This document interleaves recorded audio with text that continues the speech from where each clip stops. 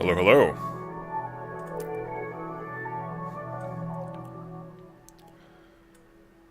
Thank you very much, Shai Hulud, for the extremely generous $49.99 American.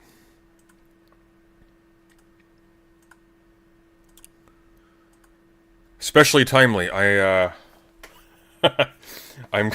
It was rent day yesterday, and I had to have a root canal retreated on the same day. Which, by the way, when you have allergies, it's a goddamn nightmare. Seems to have gone well, but it's fantastic spending an additional $1,100 when you're already being scraped clean. Thank you very much, Shai Hulud. Very much appreciate this.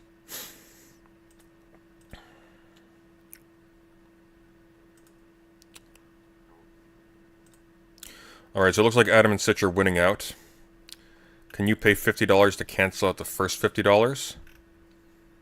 I'll allow it. I'll allow it.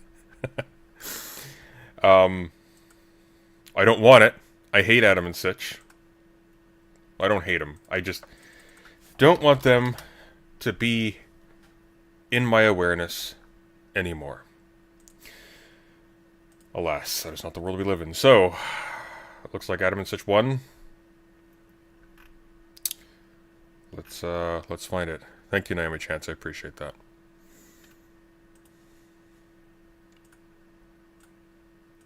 Yeah, I think it's about there. Oh, you don't need to thank me for the Twitter follow. I thought you had blocked me. Okay. No, I like talking to friends of the channel. It gives me hope for humanity. That is unwarranted. Adam and Sitch. I thought I had saved that. Adam and Sitch. Sam Cedar.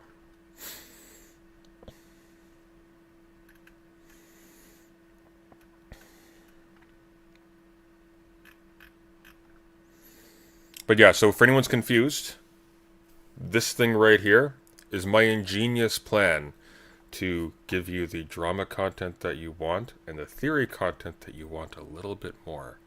So, if I hit $100 in super chats, that can include memberships, by the way. I'm going to count every single membership as $1. Then we skip immediately to the theory right away, which means you get me doing the theory while I'm at my full capacity. I'm not exhausted yet. I'm not suffocating from the pollen. And then afterwards we'll return to the drama, so you will not be hung out to dry, my lesser viewers. But, by the same token, I can do the theory content and not go broke, so it's win-win. This goes to Sunday's choice for whatever, as will the memberships I don't know, love and solidarity comrades. Oh, thank you so much, Manic Jackson. That is fantastic. I really appreciate that. Oh boy. We're pretty close to not doing Adam and Sitch before we do the theory, which I am completely on board with. I did start early. Well, I haven't technically started yet. I'm just talking to chat at the moment. I'm starting at 4:30 in about 1 minute. So, yeah. Yeah. Oh. Good news, everyone. Well, I don't know if this is good news for everybody. But it is good news for me. The Nier Automata anime finally continued. They finished the season. And it's, oh my god.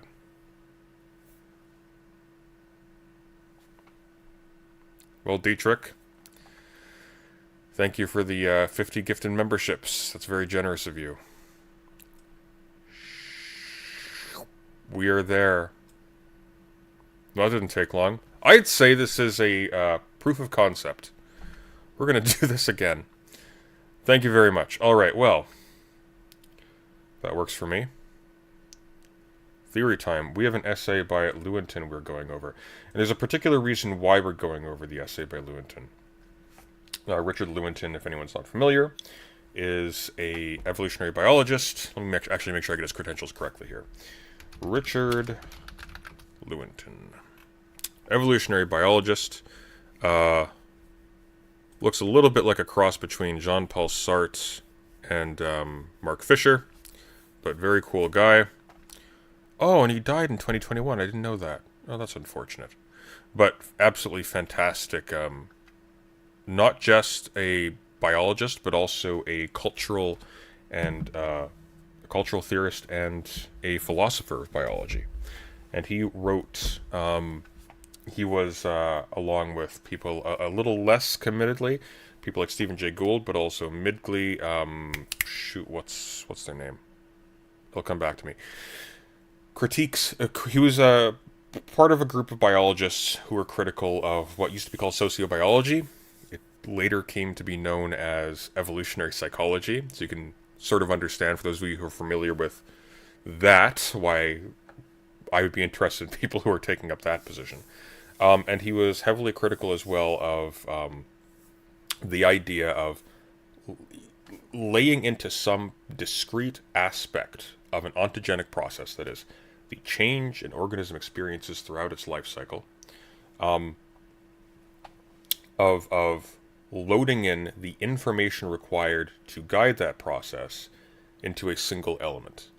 To put it in very blunt terms, because I'm not a biologist and I'm coming to a lot of this pretty fresh, there's a mirror of this in the Cartesian idea of there being essentially a mind substance that is responsible for your intellectual qualities and so on and so forth. Here we can actually hide the theory bar for now, because we're done with that for today.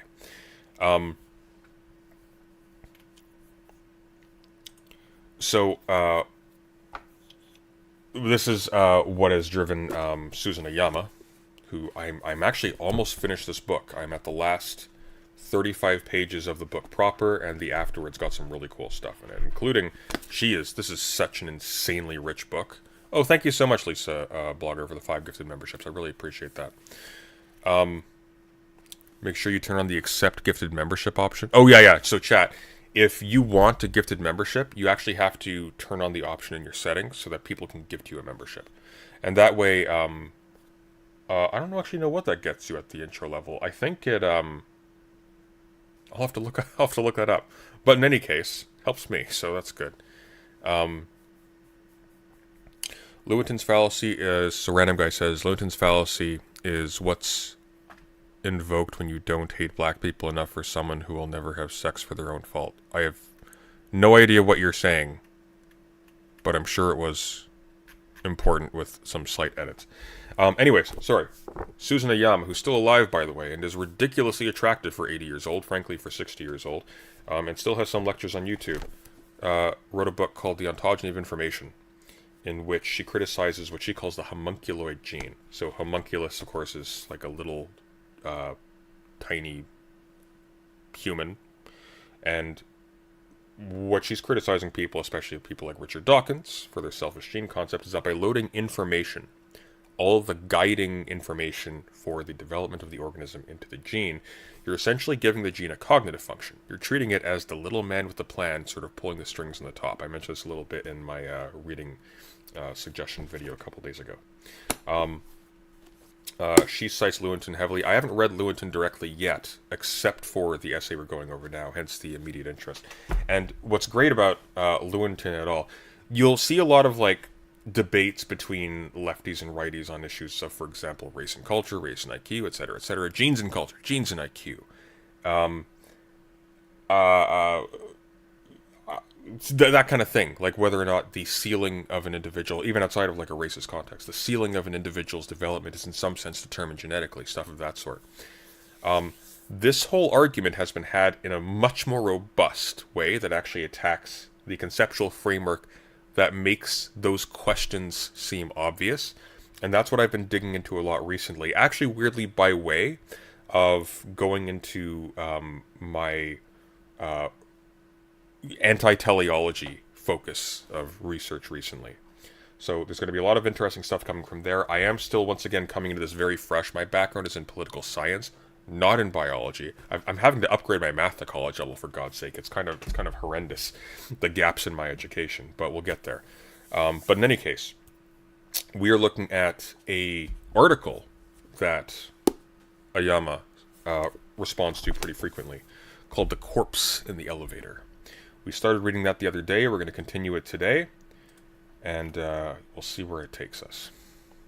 Thank you, Robin Page, for the 1 gifted membership. I really appreciate that. Thank you so much. Okay, Biology. No, hang on. Where did I put it? Ah, that's fine. Somebody else found it for me. Sirius, the Eternal Overachiever, linked me the article the other day, so we have a copy.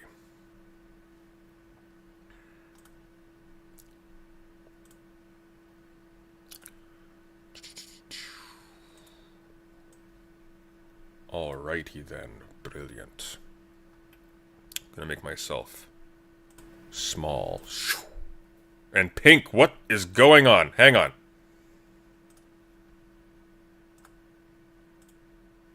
Alright.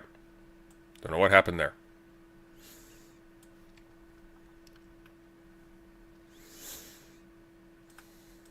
Do we want this one?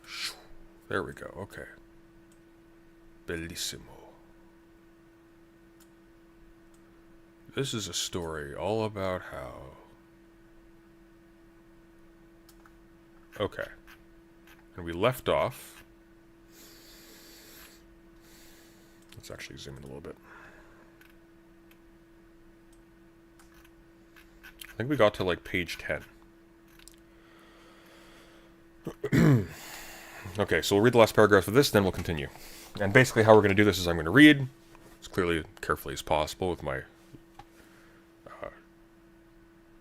chocolatey deep tones of my voice, and I'll comment occasionally here and there. If anybody wants to call in and chat, if you know more about this than I do, and you want to make a comment, feel free, be my guest. That's less work for me, and it's more educational for me. I like to benefit from this too. Let's get into it. It is precisely in the mechanism of inheritance that the dialectical process of life is most clearly manifest. Particular genes do indeed contain the information in their DNA sequences to specify that this, rather than that, protein can be made. The actual manufacture of proteins requires the intervention of enzymes, which are themselves proteins, and so have had their structures specified by yet other DNA sequences.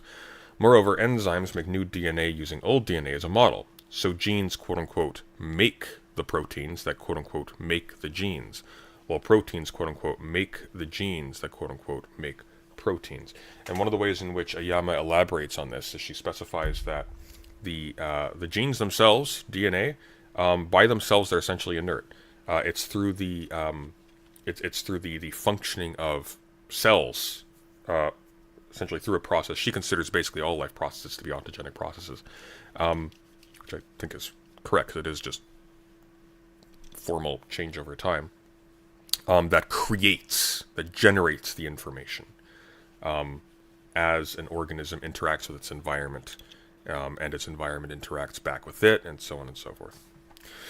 There's another ideological bias lurking in the central dogma of genetics that is not taken up in Hubbard's essay, the belief in the dominance of intellectual labor over mere production, of design over execution. You can sort of see here how that logic of there being a cognitive sort of top, that language is unfortunate these days, I realize, that is sort of dominating the development of that which sort of lies beneath. So the gene, in effect, is treated as a brain. We speak of Cheops building the Great Pyramid and of Napoleon conquering Europe. Cheops is also the name of pyramid, Chess and Dune. Although, of course, laborers built the pyramids and French soldiers conquered Europe. In the production metaphor that dominates molecular biology, the genes play the role of blueprints, of designs that contain the true essence of the thing to be produced, while the enzymes and cell structures are quote-unquote merely the production machinery itself, undifferentiated labor power that can be put to any use. One hardly needs to be a Marxist to see the evident penetration of the bourgeois worldview into biology. It is said that Thomas Henry Huxley, when challenged to explain why, despite generations of circumcision, Jews continue to be born with foreskins, instantly replied, "There's a divinity that shapes our ends, rough-hew them how we will." No field of investigation has produced more crises of faith in Cartesian reductionism than the study of embryonic development. Yeah, sorry, not L. Ron Hubbard. Different Hubbard. Different Hubbard. Here, let me find out which Hubbard it is exactly, because we didn't read the name this time around. Ruth Hubbard.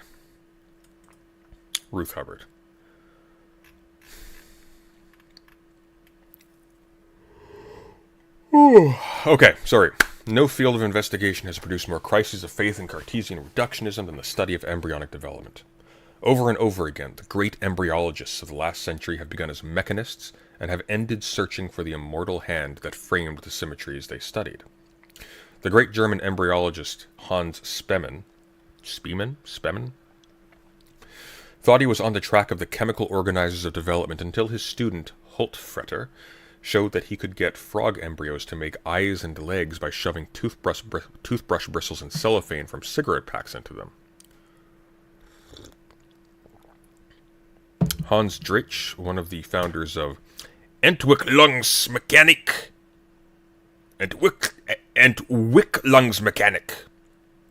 wound up believing in vitalism and parapsychology. Let me refresh myself here. Vitalism, the theory that the origin and phenomena of life are dependent on a force or principle distinct from purely chemical or physical forces. Essentially, the idea of a vital or a life force inside stuff. The reflection of which, by the way, is in the weird way in which, in like fantasy and whatnot, death is sort of treated as having like its own magical domain and its own substance and corrupting influence and stuff like that. Because sub specie aeternitatis, there is no distinction between life and death whatsoever. There are systems at high degrees of complexity that at a certain stage break down into other systems of less complexity, and so on and so forth.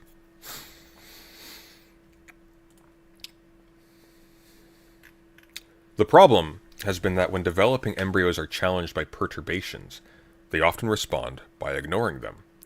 The capacity of a developing frog to end up as a normal adult frog, despite insults and injuries heaped upon it by the embryologist, has led many biologists to believe in some mysterious force or inner will contained in living stuff. So, for example, simple Cartesian reductionism leads us to analyze a leg as being composed of toes, a foot, and a shank, and each of these in turn as made up of constituent muscle, bone, blood vessels, nerves, and skin. Yet, if one cuts out the developing limb bud of an amphibian, shakes the cells loose from each other, reaggregates them into a random lump, and puts the lump back in place, a normal leg will develop.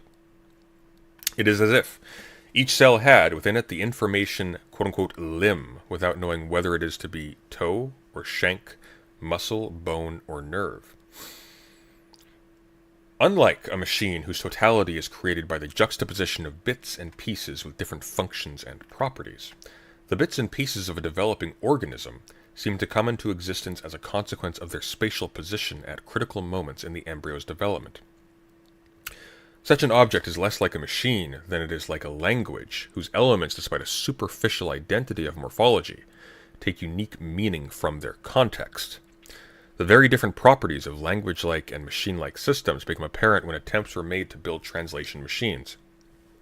How does one build a machine that will translate correctly into, say, French, the two sentences, "fruit flies like bananas" and "time flies like an arrow"?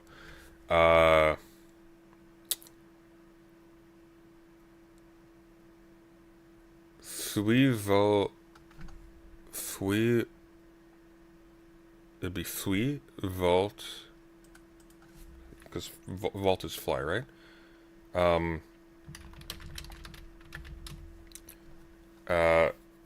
Com,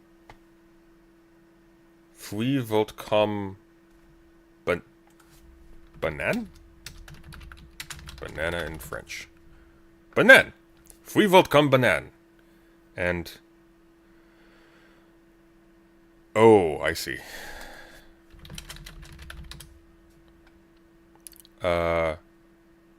Temps volt com fléché.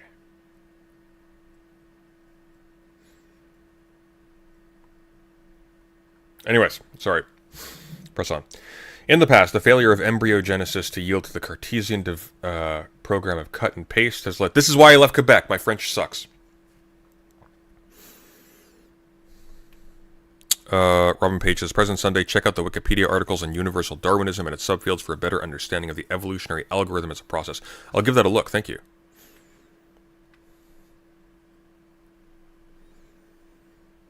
Fruit. You're right. Fruit flies, not fruit flies. Got it. Okay, sorry. Oh my god. Oh, good lord. Okay. Right. Right. Of course, because I'm apparently a failed translation program. In the past, the failure of embryogenesis to yield to the Cartesian program of cut and paste has led to an alternative of an obscurantist holism, or worse, a belief in non-material life forces. The members of the Dialectics of Biology group, who have concerned themselves directly or indirectly with problems of development, are above all materialists, so they reject vitalism. I screwed up the banana? It's banana, isn't it? Isn't that right? Le fruit will come un banane, and le temps will come un flèche. No, but it's not, because fruit flies are not called... Yeah, exactly. The point is, fruit flies is an insect, and fruit flies like a fruit flying. I was translating it like a fruit flying, which is just brilliant. Just brilliant. Sorry. The members of the Dialectics of Biology group. That's a hell of a name. Who have concerned themselves directly or indirectly with problems of development are above all materialists, so they reject vitalism. But they reject holism as well.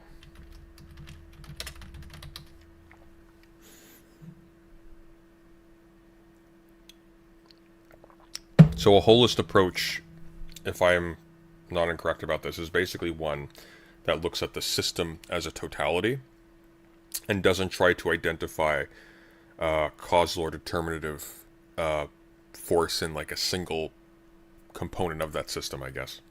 Someone in chat, please correct me on this, because this is not my domain. Say they reject the Dialectics of Biology group, they reject vitalism, but also holism, maintaining that the physico-chemical properties of molecules and subcellular parts are indeed relevant to an understanding of development. It does matter, after all, that organisms are made of flesh and blood and not of stone. Their solutions, although not all the same, are versions of what we might call constrained relationalism. The properties of organisms are consequences of the particular interactions that occur between bits and pieces of matter. So it is laws of interactions that we must study. But these interactions, although unique to different interacting parts, are constrained by the nature of the parts themselves. The properties of water are the outcome of a unique interaction of hydrogen and oxygen, but the kinds of interactions that oxygen can enter into are different from those in which, say, nitrogen takes part and are to some extent predictably different. Dawkins in The Selfish Gene actually gives a really interesting explanation for maybe the pre-DNA origins of things like cell membranes and whatnot, in that there may have been, for instance, types of molecules that competed in like a non-cognitive sense, just sort of incidental to how they kind of like floated around in the primordial soup. They competed for the building blocks of molecules because there's a limit to like the amount of resources as more complex molecules form that sort of absorb those building blocks, and that some may have actually managed to outlast their competitors because they developed a kind of structural shell around them that made it so that other molecules that would otherwise take their parts by disrupting their coherence, it would protect them from that taking place. And that might actually constitute like a pre-life body, so to speak.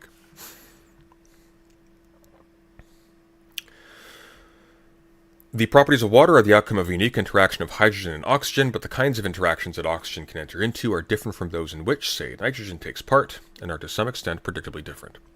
Of course, it is one thing to call for a biology that is relational rather than compositional, and quite another to put the call into practice. One of the simplest examples of a force that is created by the very objects that are under its influence is a gravitational field. Yet, a complete description of what happens when only three bodies interact eludes us. If development is really, in an important sense, a consequence of the relations between things, how are we to reduce the incredible complexity of relationships to a manageable set of regularities? And how are we to do this using an experimental method that is itself so wedded to Cartesian analysis? If development is really, in an important sense, a consequence of the relations between things, how are we to reduce the incredible complexity of relationships to a manageable set of regularities? And how are we to do this using an experimental method that is itself so wedded to Cartesian analysis, and therefore isn't locating generative activity within the relationship, within a system, but within a particular part of one party to that system? If thinking about embryos has troubled Cartesian reductionists, thinking about brains has driven everyone to distraction.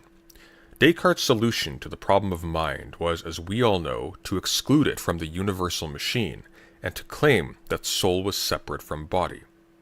In the biology of the 20th... Yeah, there's a three-body problem, Alice. In the biology of the 20th century, however, Cartesian dualism is simply not acceptable.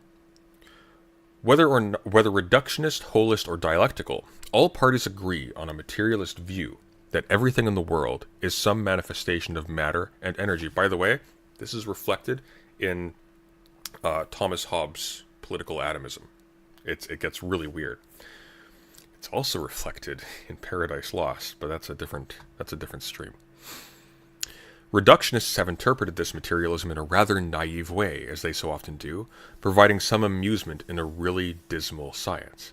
So, for example, it was fashionable not long ago to suppose that specific memories were encoded in specific nucleic acid molecules, and there were several reports now discredited that one flatworm could learn what another flatworm knew by eating it.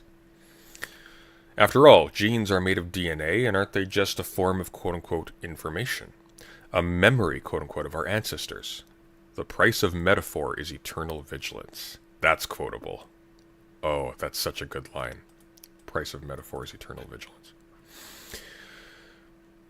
A more serious attempt has been made to analogize the brain to an electronic computer, a metaphor with administrative consequences, since it's led to the formation of a number of university departments of artificial intelligence. While these groups have produced a few elementary robots... By the way, this is a very old article, just to be clear. The book that I'm holding up that cites it is from the 80s. While these groups have produced a few elementary robots and some very clever problem-solving computer programs, including one that will do high school geometry proofs, it is now universally agreed that if the brain is like a computer, it is like a computer no one has ever designed.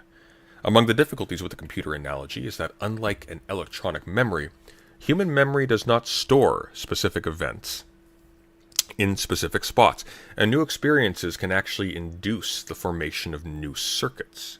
Yet every materialist would have to admit that if I could build with transistors or wires or whatever hardware an exact copy of my brain, and then set the electronic currents flowing in it as they are now flowing in my brain, that machine could have written this sentence. That is, it could have contemplated its own existence. The reductionist view of the relation of the brain to the mind has been either to claim that the brain produces the mind, or to deny the relevance of the mental altogether, saying that it is quote-unquote nothing but a brain state. There's a less sophisticated version of this in Daniel Dennett. There's a more sophisticated but slippery run in Richard Rorty. You can find that in Philosophy in the Mirror of Nature, which is very interesting, but be on your guard. In either case, the physical brain is at the center of attention, the proper object of study for the scientist. Here, I'll show you what it looks like, just because I like showing off my books. This is Richard Rorty's Philosophy and the Mirror of Nature. It's actually fantastic. Rorty is great. Just don't trust him. He also does Peirce dirty. Charles Sanders Peirce did not deserve that.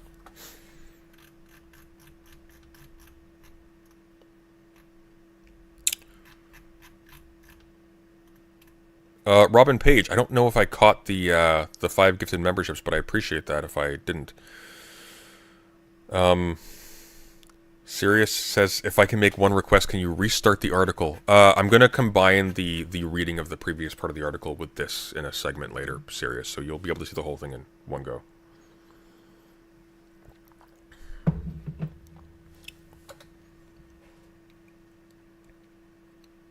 Sorry. So the reductionist view of the relation of the brain to the mind has been either to claim that the brain produces the mind or to deny the relevance of the mental altogether, saying that it is quote-unquote nothing but a brain state.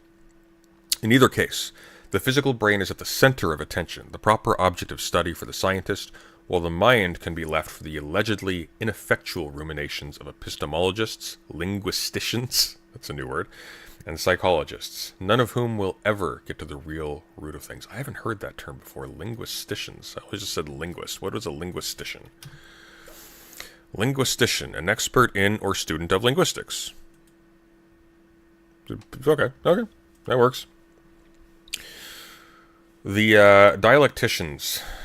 Well, I guess a linguist would be. Yeah,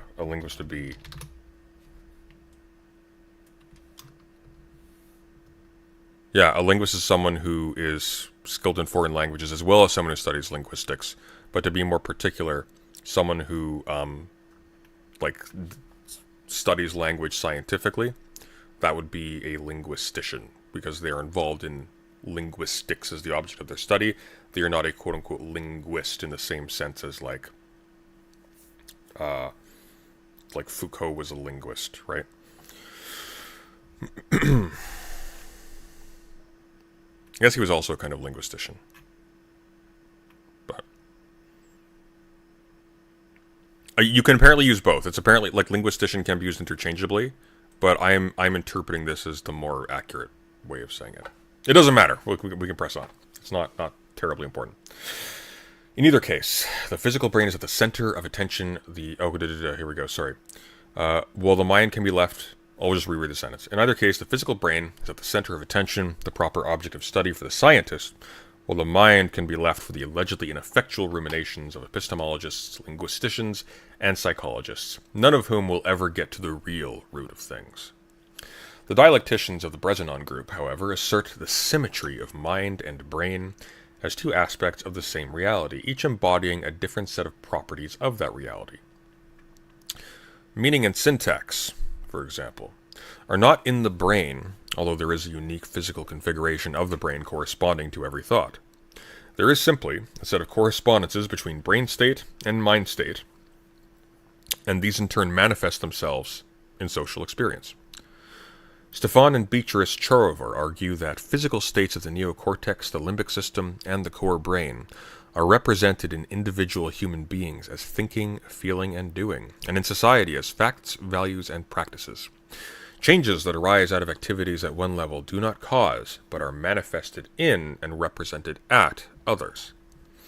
While the members of the Brezinon group are undoubtedly right that mind and brain are aspects of the same reality, it is not clear how we can use that realization in the solution to the biological problem of why we think with our brains and not with our noses. To which I answer, speak for yourself. Somehow the juxtaposition of physical elements and functions that is in our heads possesses an aspect, the mental, that is denied our lower parts and lower forms of life. So he's actually going there. Brilliant. The answer does not lie in the physical stuff itself, which is the same in all animals, but somehow in the structure of the central nervous system as a system. Yet, a study of all or any significant part of the interconnections and coupled oscillations of our millions of brain cells seems a task that would consume the 3 billion years left before the sun becomes a red giant and fries all of life. We must face the possibility that we will never understand the organization of the central nervous system at any but the most superficial level. What then is the insight that dialectical thought offers? Surely it is not simply the idea that things interact to produce unique properties that do not belong to the components themselves. Even vulgar reductionists agree that hydrogen and oxygen are toxic gases, but that water is wet and sustains life.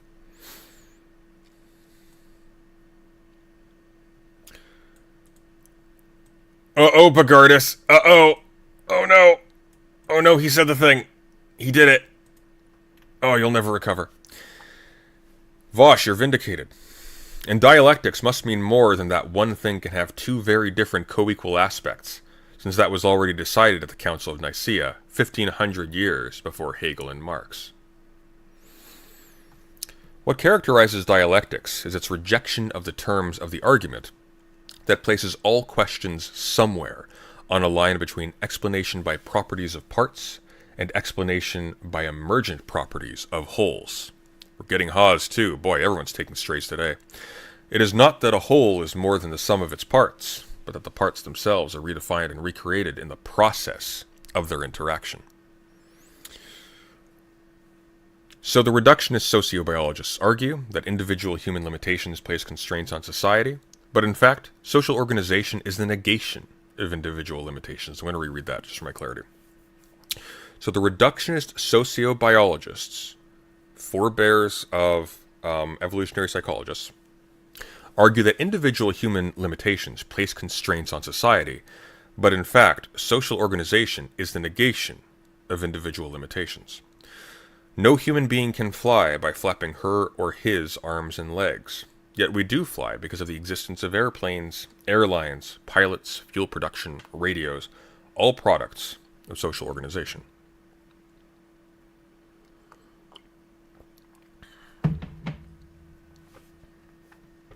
Most important, it is not society that flies, but individuals who have acquired a property as a consequence of socialization. The reductionist geneticist says that DNA is self-replicating, but neither DNA nor any molecule or cell component can reproduce itself in isolation. In their organization into cells, which are self-replicating systems, the individual molecules and cell particles have acquired the property of replication through their interactions with their environment, with the other particles next to them, and so on and so forth, the other parts of the system. Cartesian biology objectifies organisms. They are seen as the passive consequences of internal and external forces, genes, and environment. Organisms are objects, the internal and external forces the subjects. What dialectical biology attempts to do is to break down the alienation of subject and object, to insist on the interpenetration of gene, organism, and environment. Thus, in place of the metaphor of adaptation of organisms to a pre-existent environmental niche, dialectical biology emphasizes the way in which organisms define and alter their environment in the process of their life activities. Organism and environment are both in a constant state of becoming mutually determining each other. The problem for dialectical biology is to turn its vision into concrete results. One of the participants in the Bresnan conference told his friends when he got home that he had just attended reductionism's funeral. Unfortunately, this is a essay from the 80s, 70s, and so that's not true. A little premature there, but it would have been good. If so, the pallbearers must have had an easy time of it, because I am pretty sure I saw the corpse going up in the elevator in my department last week. There we go. Thus far, the dialecticians have only interpreted science in various ways. The point, however, is to change it. And by the by, Dawkins, Pinker et al., one of their primary strategies for undermining people like Lewontin has been to characterize them as Marxists. But I think we can agree that you don't need to be a Marxist, as Lewontin points out here, to make his case. Dawkins is such a boob. Oh my god. He really is. Also, that's something I'm noticing. Like, there are elements of Dawkins' book that are really interesting, because he explicates evolutionary biology when he's not doing so from his own conceptual framework in a very interesting and clear way. Like, it's for a beginner, it's great. Until he starts layering in his own conceptualizations of things. His own cognitive selfish gene concept, for example. Which is dumb. It's dumb. That's the thing that's really striking me the most about this, is it's really dumb, and there's a dimness to the sentence structure in this that I really don't like. Like reading Ayama versus Dawkins at the same time, it's night and day.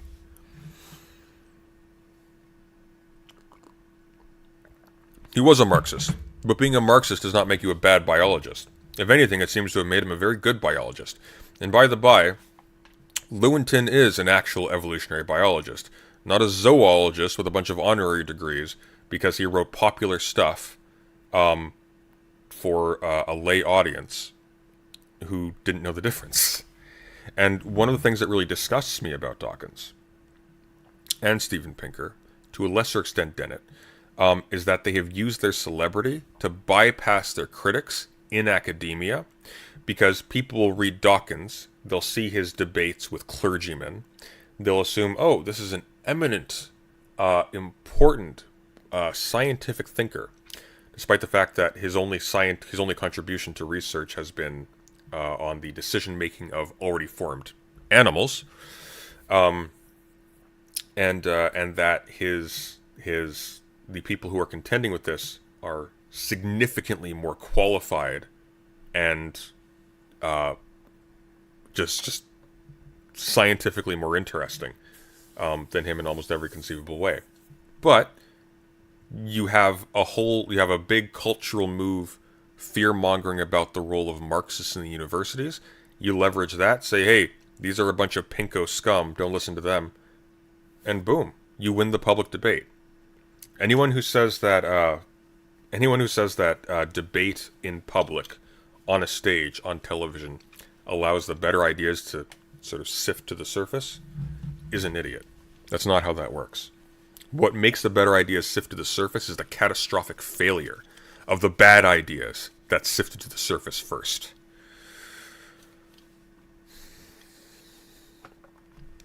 Have you read the extended phenotype? I've read bits of the extended phenotype, and it was a while ago. I'm reviewing a bunch of stuff, but I had a philosophy of science seminar in fourth year a long time ago. We were looking specifically at images in scientific literature, and we read selections from the extended phenotype and from the selfish gene.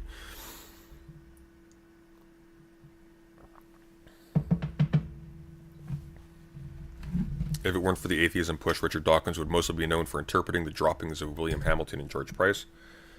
I don't know about that. His books are well received. His popular science books. The problem, though, is that when you had like Carl Sagan, for example, Carl Sagan had a humility about him. He made science into an adventure. He made people interested to learn. Dawkins, who else? Dawkins, Neil deGrasse Tyson. Like these people don't make science interesting. They arrogantly assert that the interesting questions in science are solved, and their primary appeal is in giving you tools to treat other people as stupid because, for example, they're still enmeshed in like a religious culture or whatever. But it's not that simple. These people aren't at the cutting edge. They're just abandoning research to sell a product that's easily consumable by the general public. Very different things.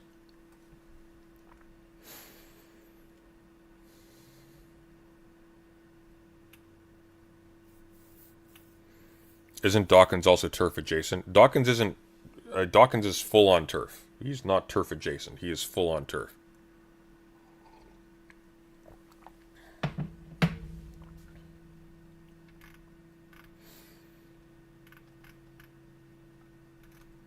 Anyways, how about that? I thought that was a really cool essay. My previous stream from the other day has the previous half of it. I will collapse them together. And you'll be able to access that. Thoughts on Bill Nye? I like Bill Nye. I haven't watched Bill Nye in a long while, so maybe I have issues with him still to this day. But my general impression is that Bill Nye is he's not doing the same thing Dawkins is. There isn't a bitterness and a stultifyingness to Bill Nye that you get with Dawkins. He's had some cringe moments, like the Bill Nye Saves the World thing. Is that what it was called? When he was when he had the what's her face, the insane girlfriend meme person do like the My Vagina Has Its Own Voice song, and like the ice cream thing. It was like, it's like, okay, he's cringy, but I think Bill Nye is a significantly more sincere science popularizer.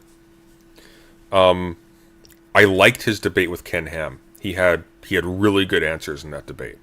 That would actually be fun to watch. Do we want to watch the Ken Ham Bill Nye debate? I haven't seen that in forever. And when I did see it, I was religious. So I haven't seen that since then. That show was very strange. That show was a miss. I really wish he just did more of his Bill Nye stuff. Here, we'll put a poll, okay? Bill Nye versus Ken Ham before Sam Cedar versus Adam and Sitch.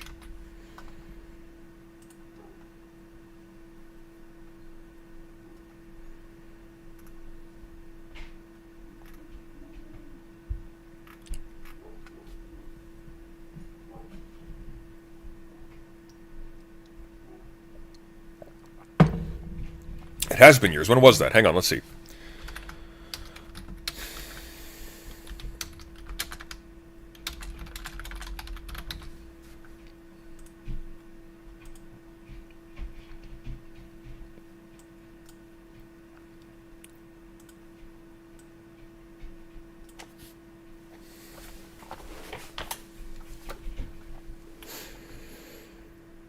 No, not Bill Nye versus Adam and Sitch. Bill Nye versus Ken Ham. God, I'm having a stroke.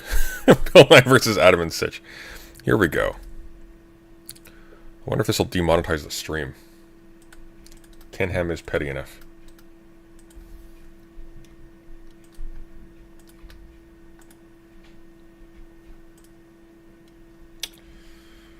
It's a long debate, too. All right, let's see where we're at here. 79% of you say yes after 34 votes. I'm going to give you another minute.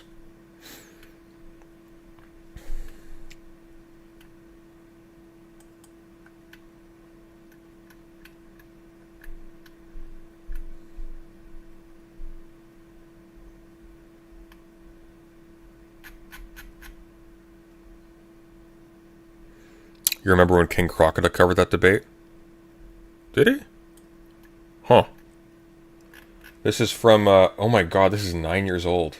I remember watching this live. That is so weird. Here.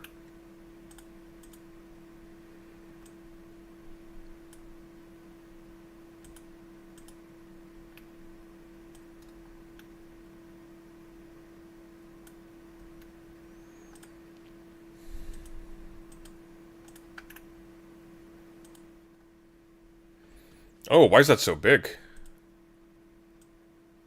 That should be way smaller. There we go.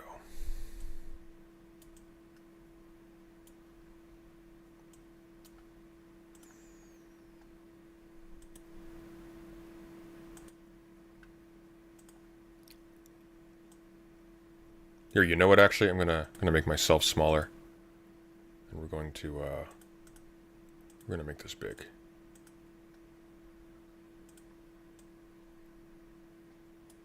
All right, hold on to your butts. Here we go. This is a blast from the past. So this is interesting. So check this out. So this guy that was just on the screen here. We'll cut it after this. I'm not going to waste your time going over this garbage. This is Danny Faulkner. These are his articles. This is where they're published. Journal of Creation. Creation Research Society Quarterly. Creation Research Society Quarterly. International Conference on Creationism. He only is published in creation journals. So, there. I'm gonna run to the washroom. We're gonna do Sam Cedar. I can't do any more of this. This is gonna melt my brain. Be right back, folks.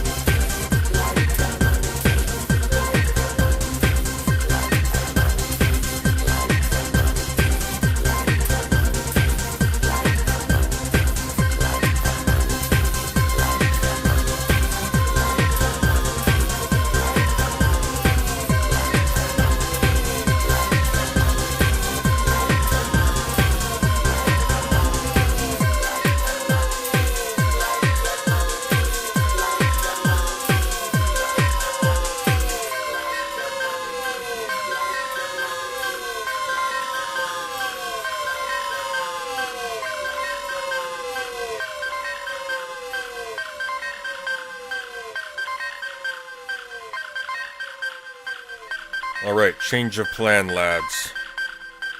We're being summoned to talk with Wick and Aristocracy for a bit. We'll do Sam Cedar afterwards. Bear with me for one moment. We haven't talked to Aristocracy before. This might actually be interesting. So let's go into backstage.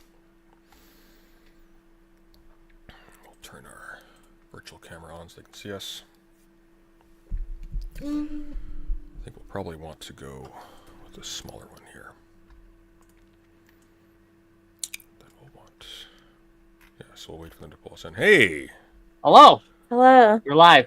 I am indeed. You're also live on my end. I hope that's alright. Let me very quickly just get everything set up so people can see you all. By the way, nice to meet you, Aristocracy. Lovely to meet you. Has anyone ever told you you sound like Harrison Ford? I've been told I look like Harrison Ford. Generally, I sound like autistic Snape. I see both. Okay, anyways, here we go. Boom. There we go.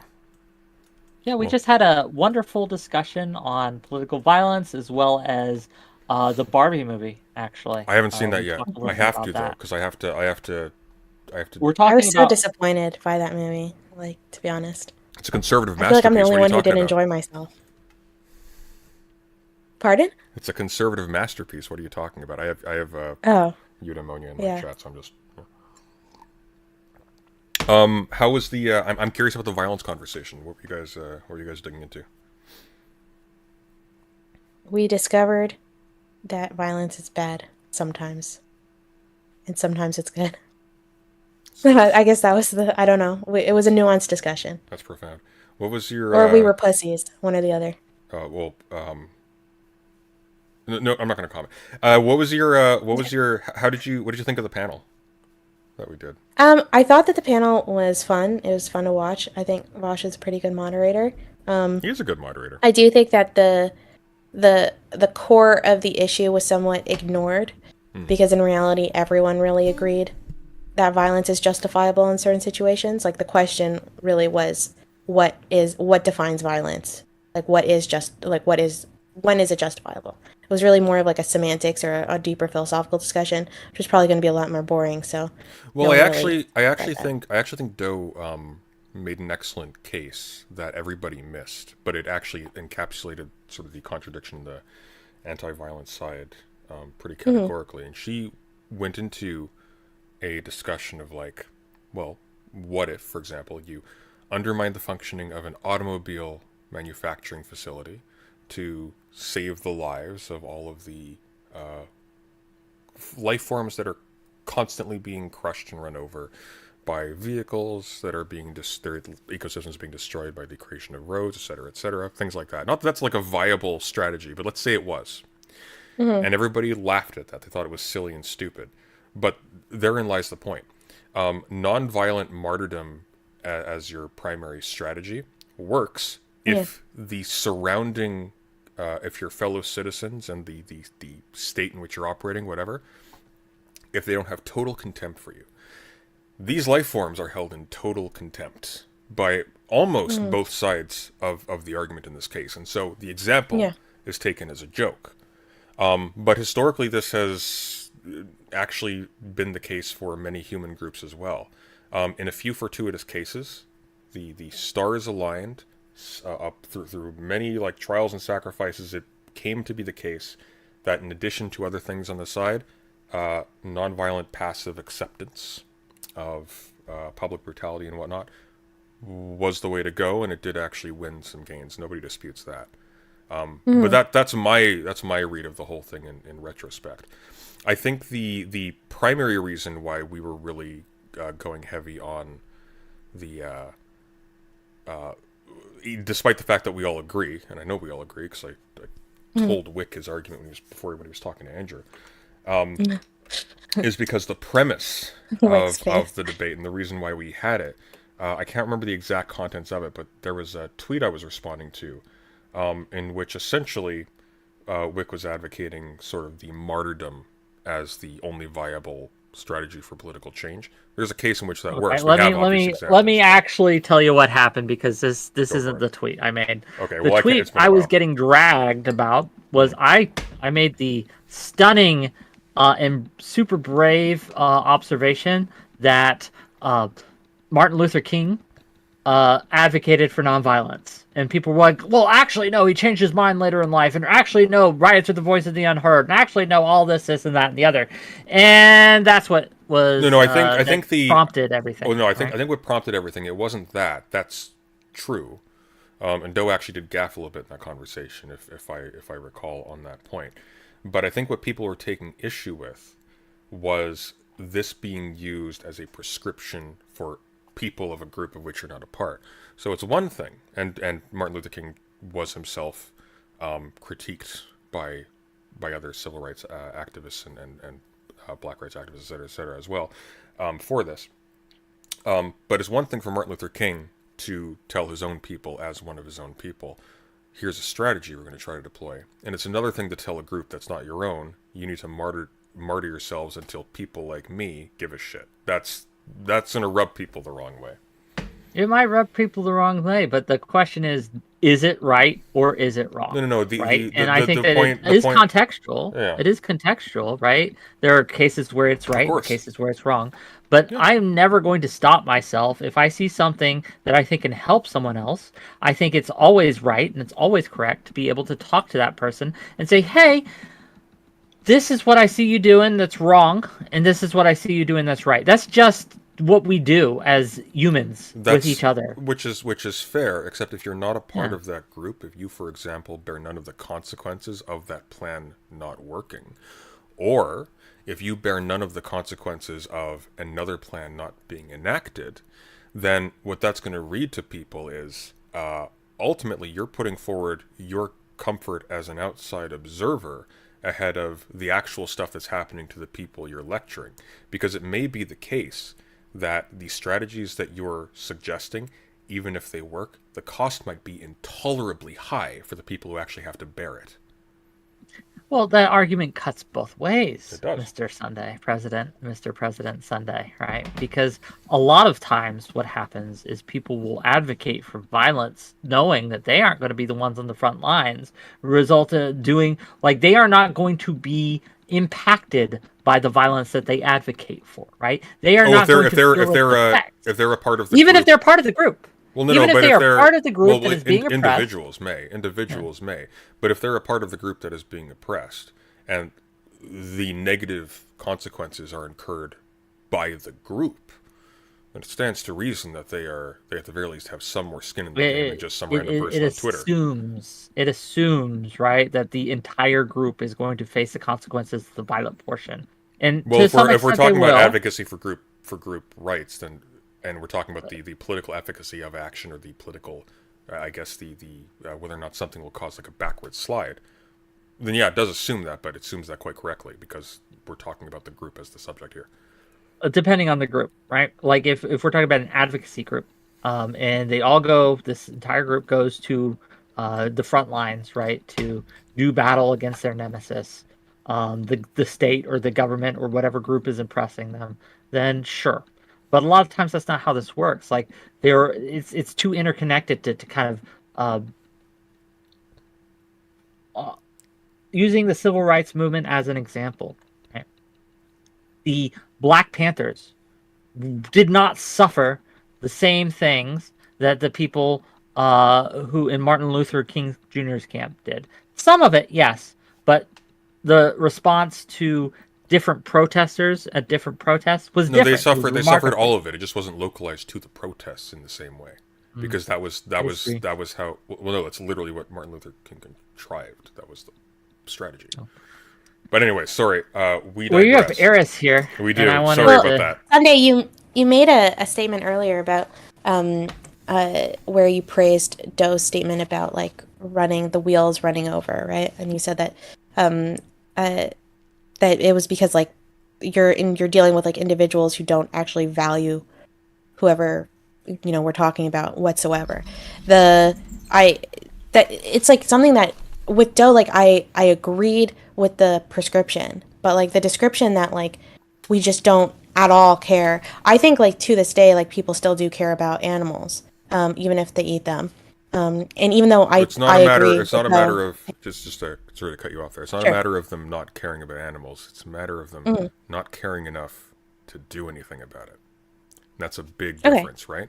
Because once again, like we're talking about a situation in which everybody owns a car. The natural environment is being absolutely decimated, and I see no end of it. We are clearly not. We clearly don't care about it that much when push comes to shove. But that's the key, is that much, right? So people do care. There's a reason why, on average, someone will become a vegan. They're much more likely to become a vegan after watching like a video about the treatment of how, like, I don't know, like chickens get treated or something. So humans do care. Like even in an extreme situation, and that's where I think I end up ideologically a little different than Doe, even though like I agree with the prescription that like of how to solve the problem if that does exist. I just think that humans, I'm a little more optimistic with how humans regard other humans. Even in like the darkest ages of Nazi Germany, there's something to me that's somewhat positive, the fact that the Nazis were trying to hide what they did to the Jews to their own people, and their own people are very anti-Semitic. Like they hate Jews immensely, right? But like it's one thing to hate Jews, it's another thing to be okay with like innocent Jewish children being gassed. Yeah, sure. But I mean, let's run a little bit of an experiment. Wick, sure. What company makes your shirt? I don't fucking know. I got it at Walmart. Got it at Walmart? Okay, so likely that was created by a person in Bangladesh who was locked into a building to work for a brutal 9-hour day in a sweatshop. Eris, what kind of device are you using to communicate with us right now? MacBook. Yeah, so we don't care. Know. We don't care a whole lot about. Yeah, look into how MacBooks are manufactured. We don't care a whole lot. Yeah, we don't care. Not like casting blame on any of you. This is made in the Gap. Same deal. It's not a matter, once again, of people having absolutely zero emotional response to seeing the sufferings of other human beings. The question, though, is Do We don't they see that suffering. do they well, even if they do though, because we are all aware of this. You're aware of this, I'm aware of It's this. Eris, no, you're aware no. of I this. think There's if a I was seeing the substantive suffering, I difference. wouldn't buy a MacBook. Yeah, there's a Yeah. substantive difference. Like if I every day saw how they the I if I saw the Was that what you suffering would require to see it every every single day? day. Every Yes, single day, yes, huh? I think that like or at least a lot more than I do now, right? A lot more than I do because it's one thing to be kind of aware of So it if up you were here so as a if you mental were if you were exercise. if you were factually aware, as we have been for a very long time, that the clothing on your back is the product of essentially child slavery, you're you're fine with That's a that different thing than unless seeing it's it. being That's a different. It is, and it's Well, maybe irrational and, okay, humans and don't but operate illogical, that but way. it's human, but right? here's that supports what I'm saying though, because then once again, even with the full knowledge of this, even with it presented directly to you visually, unless it's actually aggravating you constantly, you're just not going to do anything about it. It's not going to change your behavior. You just do not care fundamentally. You do, like, in the abstract, when you think about it, it's like, oh no, the poor kitties. But when push comes to shove, $8 for a If shirt is $8 for a shirt. if I had the option, right, to ethically buy a shirt that was made that I knew was child labor free, like It'd be more 100%, expensive. You then wouldn't. I would, depending on how much more expensive. Like if it How was about 50%? 80 bucks, no. But if it was, if instead of $8 I had to pay $12, I absolutely would. But it's generally not a difference between $8 and $12. You're typically That's the within that problem, mark. right? Is how much should someone be Okay, so but expected to notice sacrifice, right, for others? you're absolutely correct, and I don't fault you for that position. But Hmm. notice the shift that you've made. You've gone from saying, no, human beings actually do care. We will respond to displays of human suffering, to Displays of it, yeah. mild inconvenience. Can't do it. Sorry, that's just how it is, and I agree. No, no, yeah. But then if Okay. you're going to, but then if you're going to argue, if you're going to argue that a display of suffering is sufficient by itself to cause political Not change, necessarily, but these it's don't necessary. mesh together. I It's go ahead. I am certainly not an expert on protesting or anything, right? But I do know a lot about changing people's minds, and historically how that's been done. And humans are not, as much as we like to think that we're like ideological creatures, have this massive intellectual capacity.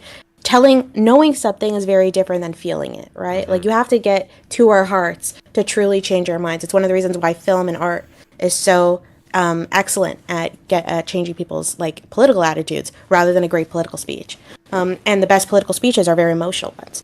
So, to me, like this issue, it's just like I agree that martyrdom is often a very bad way to change someone's minds, but sometimes it is. And I agree. but there's like there's lots of other options to get to someone. This is And I true. think someone like Wick it is arguing right that while you might actually, if you do like, I don't know, like get rid of someone's tires and they'll actually, now it's not a minor inconvenience, now it's a major thing and part of their life.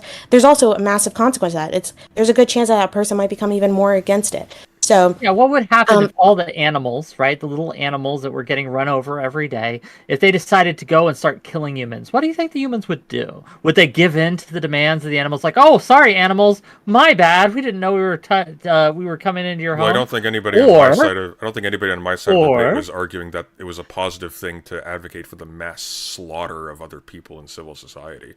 No, I think but the what you're point was advocating that for is violence. well, absolutely. Like for example, So if animals started doing violence to humans, what would those humans do? well, it depends a little bit. So, for example, if the violence to humans tracks, for instance, a particular kind of human-animal interaction, and that causes a consistently inconvenient problem, like damage to infrastructure, say, then that might even cause the people who are completely indifferent to the suffering of those animals to then make a calculation quietly in the back of their heads, not even consciously. I want this to end.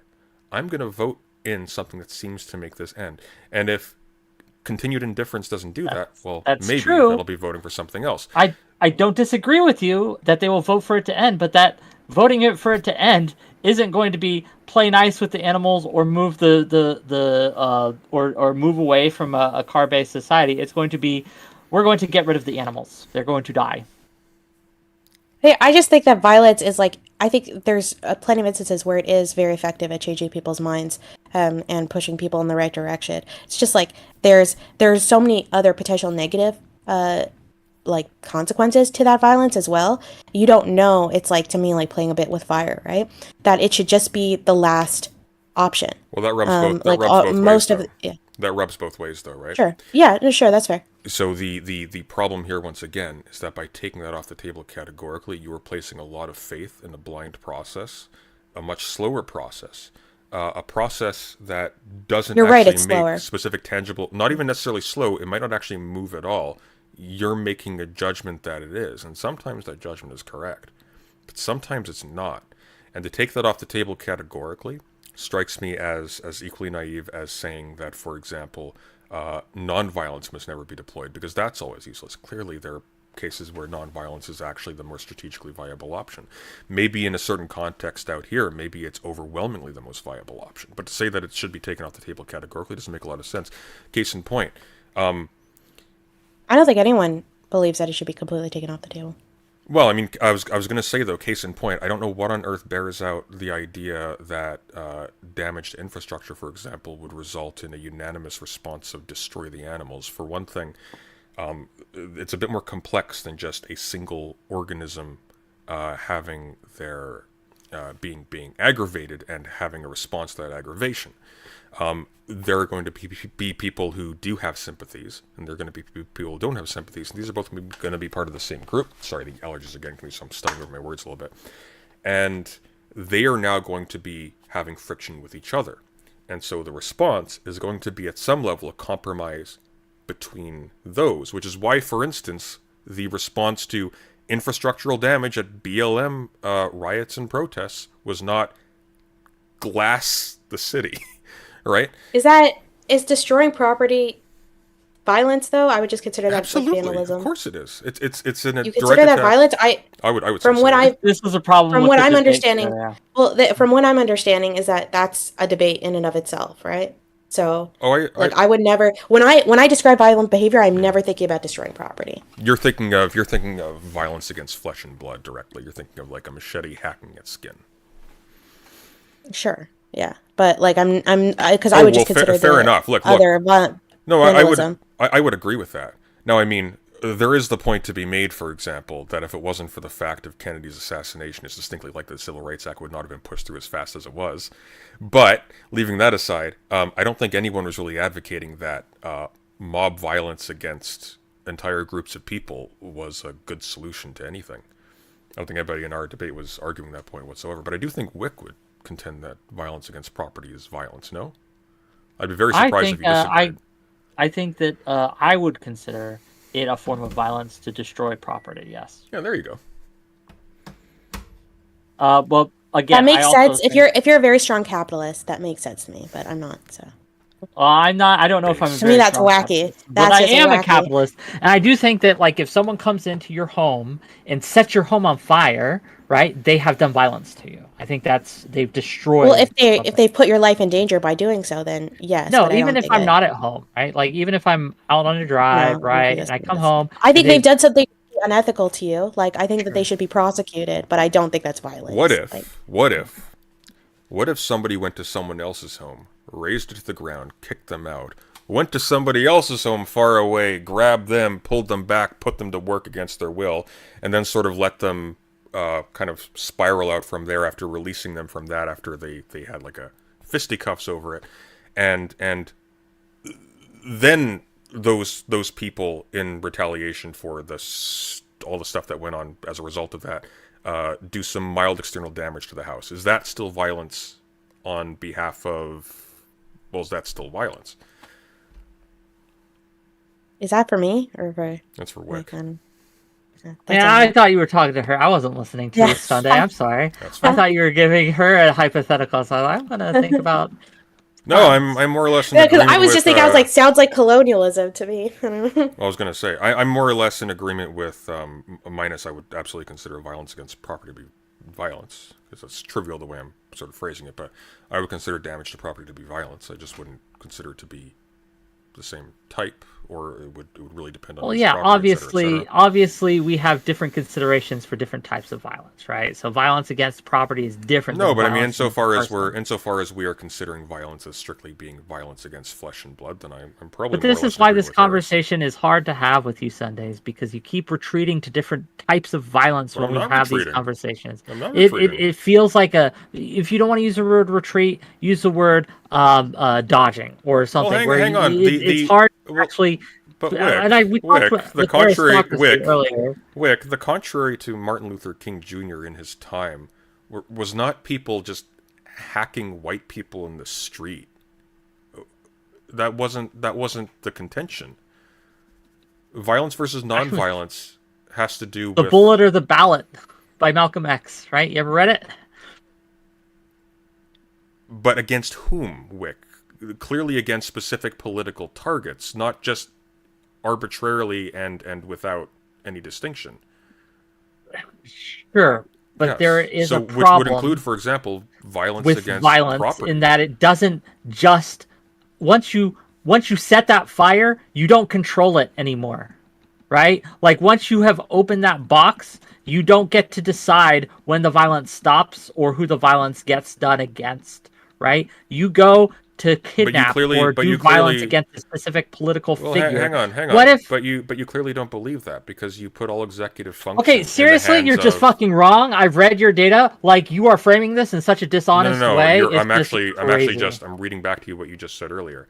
I'm talking seriously, like not seriously as in seriously, but the S3 guy. He's just fucking in wrong. your chat Yeah. about what? Yeah. He just keeps saying that, it shows through the data that when you take out all the variables but race and you just use race as the variable, then violence has no significant disadvantage. Now, he leaves out that the fact that it has no significant advantage either. He also leaves out that a lot of these conflicts aren't just on racial lines. He's also leaving, I don't know if maybe it's a they. They're leaving so much out of this, and they're trying to put it out into this very narrow lens. I'd have to review that, but I think you're misrepresenting the stakes of the paper that he's referring to. Okay, fair enough. But Sirius is actually referring to a fairly sympathetic response actually to the articles that you were looking at, and as well as articles by the Chenoweth. Or they're responding to they were responding to Chenoweth, and it's also it. Chenoweth as well. But that sure, aside, I read what he linked during the debate. I'll take your word for it, but yeah, I would read it again, I guess. Anyhow, how was the Barbie movie? What was the verdict on that? Go ahead. I didn't like it. You didn't like it? I liked it. Yeah. I thought it was fun. I think it was a very interesting. I think it's very subversive. It was a very subversive movie. It subverted my expectations going in. What were your expectations going in? I was primed a little bit by reading some of the takes, because I didn't see it on the opening day, right? So I read some of the takes about it being like a very woke movie and things like that. It was not. It was the opposite, in fact. In what respect? What does that mean? So, which part? The part that it was not woke? It was not woke, yes. Yes. So, going in, I was expecting it to be a girl power movie. Classic girl power movie. Does that make sense, right? Like girls rule, boys rule. Look, female empowerment, etc. Yeah, like 1979 Alien, yeah. Yeah. Not exactly, but fair enough. I like the reference though. But no, it was not that. It was much more nuanced, and I think that the hero of the story was actually Ken. Ken was the most memorable character. He had the best arc, and I think that he is the one that the audiences were most sympathetic to towards the movie. It also showcased the problems with the opposite of patriarchy, whether you want to call that matriarchy or something else, but it shows... Feminists don't really advocate for that. Sure. So it's like, to me, that was just like a dumb... It wasn't really criticizing actual feminism, because like it was criticizing like a complete straw man of feminists. Like, so well, for example, like I've never heard an actual feminist theorist advocate for matriarchy, like seriously. Well, I mean, like for example, like a lot of feminism, even the word feminism itself, it's not an advocacy for the dominance of the feminine. Say, it's called feminism predominantly because there's already an imbalance. So, for instance, I'm reading right now Jane Jacobs' The Death and Life of Great American Cities, which you haven't read, by the way, Wick. It's really, really good. But one of the great merits of this is that as the styles of urban planning that she's criticizing are ones in which, for instance, places of work are completely sectored off from places of commerce, from places of leisure, from residential Oh, I areas. completely agree with that shit. Yeah. Completely. But this is not the effect on the culture of cities is not going to be felt by people who, because they are in the working sectors all day long and in the leisure sectors only on weekends, it's not going to be felt by those people who are going to be predominantly men in a society where women stay home in the suburbs and raise children and men go and work. And so the problems associated with having all of these sectors cordoned off from one another, someone who is writing as a mother and a person who has been on that end of the thing, as opposed to someone who's over here, is going to have insight into the ways in which mixing these sectors together in a more organic way is really important to the organic health of a community versus just having these things separate. Because the people who are over here in the working sector all day long, they're alienated even from the nature of the problem. Things like that. So like a feminist analysis on that front would not be one that privileges, for example, the perspective of women, but it's one that introduces the perspective of women as an important sort of methodological adjustment. Because if you only have the other one, you're kind of blind. Sure. Yeah. I don't disagree with that, but Yeah. Look, I'm talking about the movie. Absolutely. Right? No, but I think the point that Eris is making, just to make my point and talk over the one woman on the panel, is that it's not subversive to just sort of critique a mirror image of something else when the mirror image is a mirage that nobody actually adheres to or nobody of consequence. See, this nobody of consequence is doing a lot of work, because while I agree with you that no serious person thinks that matriarchy is a good idea, there are a horde of them. Can you name of one for me? unserious people that exist. Can you name one for me? On the internet. You've seen them? I'm Can you telling you, name one there's no scholar, there's no feminist scholar. I agree And with trust you, me, but I we're have not plenty just- of criticism.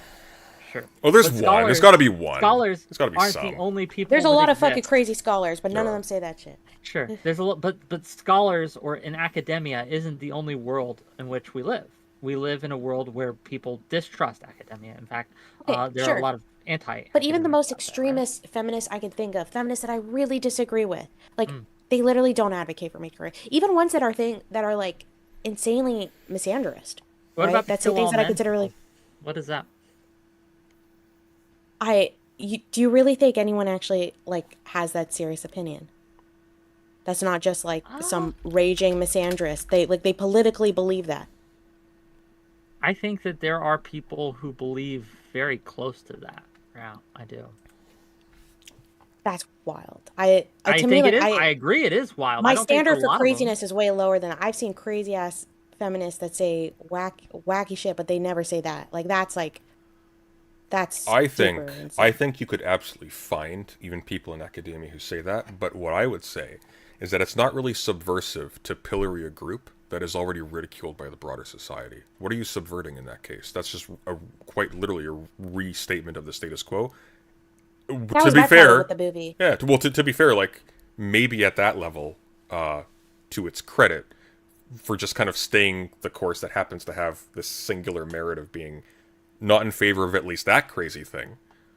But that's not subversive. That's just I do think it's subversive. That's exactly that was my problem with the movie because the part where they say all the political lines, like there's like a bunch of speeches, a bunch of really boring exposition that happens in the last 20 minutes of the film, and the things that they say are the most milquetoast things. I think like the most controversial thing they said there was like it's okay to be a mom. I was like, okay. I mean, I haven't heard that in a while, like but at the same time, like other than that, like the majority of it was super milquetoast shit. And like she really, and then I have people around me who are like crying, like women around me. I'm like, am I insane? Have I just been ruined by like the online political world or something that I'm just so used to people saying shit like that and they're Unironically, acting yes. like it's just like the most innovative thing in the world. Like there was this moment where she says, she's like, oh, and if you give it up to a guy, then you're a slut, and if you don't, then you're a prude. I was like, and there are girls next to me who are like, that's so true, and they're crying. Like, I thought, wait, this is like, everyone knows this. And I could make the exact same speech about dudes too, right? Like do like the male equivalent of like all the things where you're advocating for something you're being pulled. It just felt very milk toast, but it felt like it thought it was being innovative. The impression that I got, I really like the filmmakers and I really liked all the actors, right? Well, the impression that I got was that they wanted to say something else. They wanted to say something a little more extreme, and they were held back either by like Mattel or maybe Twitter or I don't know, whatever advocates that are somewhat that control media a bit, and they didn't really get to say what they truly wanted to say. That was like the impression I So got. groups that control media prevented the actors and stuff from saying the message that they really Which want. group, Eris? Sorry. Yeah, which group? Oh God. What Okay. what group? Can you? I was thinking specifically like probably Mattel, like, Uh, or maybe they're just afraid of, or maybe it's just a purely, I think this thing is supposed to make money. It's Hmm. very hard to make money even in the mainstream film world right now. So they probably just wanted to say it felt like the whole thing was written by AI to satisfy the majority of audiences and to appeal to both conservatives and left wingers and blah blah blah, and not say it did. anything special or heartfelt, and that bothered me Okay. because I've Yeah. liked a lot of Greta Gerwig's previous films where it felt like she did do that. Wick, you I live in think a world where campaigns have been made against a beer company for having a person with a penis in a dress on their ads. Okay, like there's the Disney will only put same sex couples. We're operating in like early '90s territory here, provided they're in little easily compartmentalized clips of no plot relevance. They can be cut out for Chinese audiences. There is that is absolutely something that would happen. The writers could absolutely have a stronger creative vision that would be completely sure. overturned I'm not on the basis arguing of that, selling but toys. my argument, and let me give the positive Yeah. case for why I think this was subversive, because the expectations for so many people going in was it was going to take such a strong stance, right? The expectations going in, for many people going into that was like, oh, it was going to champion women's rights. It was aristocracy. It meant, again, is a good case study. She mentioned how disappointed she was in this because of the expectations she had in part, right? And so when we talk about it being subversive, I think it was still able to make a powerful message by being milquetoast, right? By About virtue of women's. not making that powerful Then statement, Well, it okay, subverted audience hang on. this expectations. is why I disagree with. This is why I disagree with because when in especially the beginning of the film, right? Its descriptions were actually quite extreme. Like I actually thought that its descriptions of the real world were like way too left. I actually like I don't even know a lot of it almost felt like a stereotype of what or a straw man of what like leftists or feminists claim the real world is really like, but they don't really think that because that'd be like cartoonish and weird. Like they had like the police officers be like so like overly commenting on her looks and stuff. The like there was literally a comment that was made by one of like when he's applying for a job where he's like where the boss is like, oh, we're not, we're still doing patriarchy, don't worry, we're just better at hiding it now. Like they were very like to me like there were some pretty extreme descriptions, and so I was weirded out that they went all the way there, right? Which I can imagine that's probably why someone like Ben Shapiro was like, oh, like really upset about. Mhm. But then at the end, then they take this like really milk toast. It was just like whiplash. It's Well, like that's why I got such a weird perception of it. I was gonna say like subversiveness through mediocrity in favor of women's rights. The suffragettes won. Wick, we're not. The concern right now is not would not be about whether like marital rape or women voting is good or bad. The issue would be more subtle than that. If there's simply a reaffirmation in the whole thing of precisely exactly how people are already viewing things, that's not subverting anything. I just fundamentally, I think, uh, all due respect, I think you both have a little bit of internet brain rot if you think that's how everyone views things. I just don't think it is. I think that there are people, like unironically, who think, men rule, girls drool, or girls rule, men drool. I think there unironically a lot of, midwits Most of others them, in out my there who experience, on the absolutely believe internet. that way.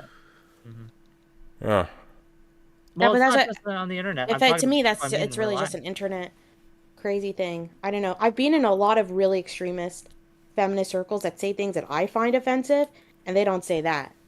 So, like even like in circles that literally believe all men are rapists by default, right? Like Schrodinger rapist theory, like they still don't advocate for matriarchy, right? So Sure.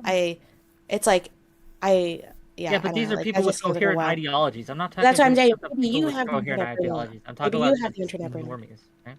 It's Yeah. possible. well, I think I have been exposed to things like my mind has been opened and closed in equal measures by being a part of this space. Absolutely, it has influenced me and affected me. To That pretend was actually otherwise would be silly, poetic ass right? statement. You're Yeah. welcome. But again, I have most of my life been outside of this space, and I'm old enough, right? I'm going to pull this card, yeah, to have existed before but the but internet and Wick, social media. Wick, And so I have interacted with normies in a way that I think that the younger people today just haven't. but Wick. And I think that, oh, go So, on. so so have I though. I've only been doing this for 3 years. I worked a blue collar job for the first two of this. Sure. I went to university. I worked at places like Walmart, for example. I went to public school. I I can tell you with certainty, the stuff you're describing, this is weird fringe shit that you only find online. You find it concentrated because they're very loud about it, but you only really find it there. True. That is See, pretty this is the thing. true. That's pretty I have true. lived. I have I lived can I in. can name exactly one case where somebody even borderline approximates to that, and that was a much milder case who was a nice Wiccan lady who worked at a Okay, till. if we're gonna put our credentials online, I was a military brat growing up. I lived all over the world, literally all over the world. I have experienced cultures outside of America. I've never been to Canada, so there's that. I've been all over within America, and I've been all over without in Europe. I've been to Poland, I've been to Italy, I've been to France, I've been to England. I lived in England for 7 years, right? So I have been and experienced so many different groups and settings that again, I think that at least when it comes to Normieville, I have a pretty broad range of people that I can that I've had experience with, that I can cite and to say, hey, this is actually a thing. Do you Like this speak? is actually a thing that not everyone, by all means, right? But there Question is for this you, Wick. kind of normie, kind of middle of the road Yeah, kind but I of got a question. I got a question yeah. for you, though, Wick. I got a question for you. So you went to Go ahead. Poland. You went to Poland.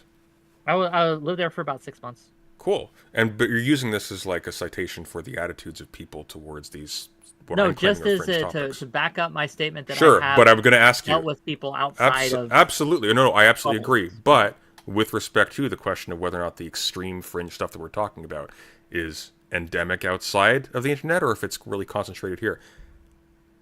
How's your Polish? Oh, it's not very good. How would you I know if don't you know can't at all. understand them? Because they spoke English. Their English was good, So right? Like do you think they spoke Polish to me? And again, I was very young at the time, so there is so that. they But found a at least in young my they adult years, so they approached a young English speaking you're an no, they American, would talk you're to my not Canadian. parents, and I would just be playing a And game and listening you were to just what their overhearing. conversations with my Guys, parents You were were. just you guys so realize this is a massive dick competition over yeah, who yeah, has but more hang on, lived Absolutely. experience. Like, come on. I'm so close Mine's though. bigger, damn it. I'm so close though. So, just to be clear, so what you're claiming here is that while you were playing with your toys as a child, you with some degree of frequency overheard people talking to your parents in Poland Or about at killing my all men. church, right? Or at A the church known for its authoritarian matriarchal tendencies. what are you talking about? There's a very big counterculture, like where people would be arguing about this. And yes, it absolutely isn't a matriarchy. Or the Mormon Church, at least, is very patriarchal. They still don't like women to have pastors and things like that. But do you think the women there don't sometimes advocate for, hey, we should have a much more kind of matriarchal? They absolutely do. And they're laughed at, unfortunately, right? But again, like this idea that these conversations don't happen. I'll give you a much more recent example. Again, I live in Pennsylvania right now, and the house I'm staying at with the relatives I'm staying with right now, like I remember hearing just normies, right, talking about Q conspiracy shit, right? Just cute kids like that you would only hear on the internet about how they saw, right? They were at a port and they saw kids being loaded onto a boat. Just a normie person, Oh, just a I'll Yeah, believe but in that. that's I believe okay. that. So why would you believe in that?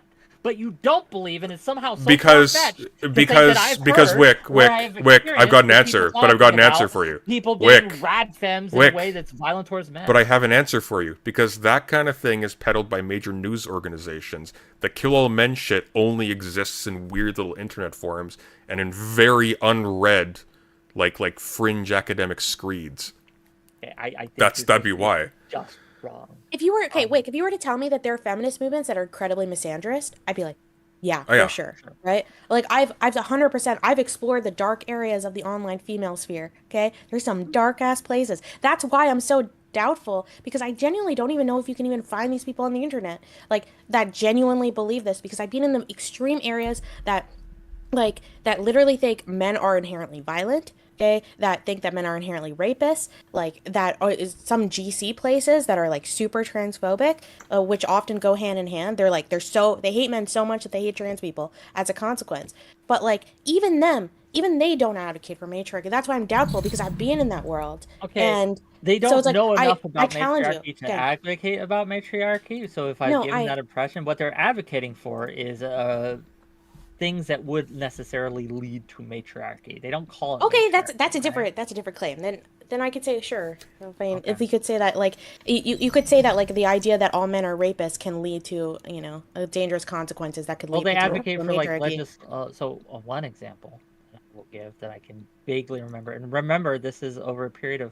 I'm 40 now, gang. I had my birthday a couple days ago, right? My Oh, It condolences. was happy I'm birthday! old, right? So, forgive me if I'm not remembering entirely precisely the date and minute in Hey, the look, country. Wick. Just to be clear, though, this Yeah. is exactly the age Frodo was at when he went on his quest to deliver the ring to Mordor. Look, gang, if you pay me enough money, and $5 from Temperate Takes to say you can always find a major extreme if you go looking for it. That happens when you have 8 billion people. Well, yes. That's literally my point here. Is that again, like, why are we so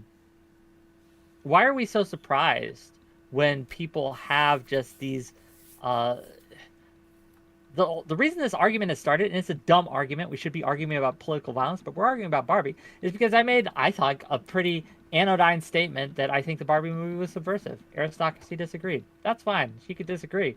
I just think that, again, a lot of people hold the views that, at least at the end of the movie, during the speeches, they think that is something that is new. It's not, but they think that. They Well, that- believe that. I do think that. Okay, would I make do it think that the Barbie movie anti-subversive. had moments of being subversive, but I think all of its subversive stuff had to do with Ken. So, Well, again, Ken was the main character of the story. Honestly. no, it was not. It's They may called not have Barbie. intended to be, but Ken is the only one you're going to remember in 10 years. No, but yeah, but that just means it was a bad movie if the main character is not someone you remember, right? Like that's not a good thing. Whether they to did me. it on accident or whether they did it on purpose, because the death of the author here does play a part. So even if they intended it to be kind of like a springtime for Hitler in Germany type of thing, where they celebrate Hitler, but it ends up being a mockery, making a mockery of it. I love that I think musical.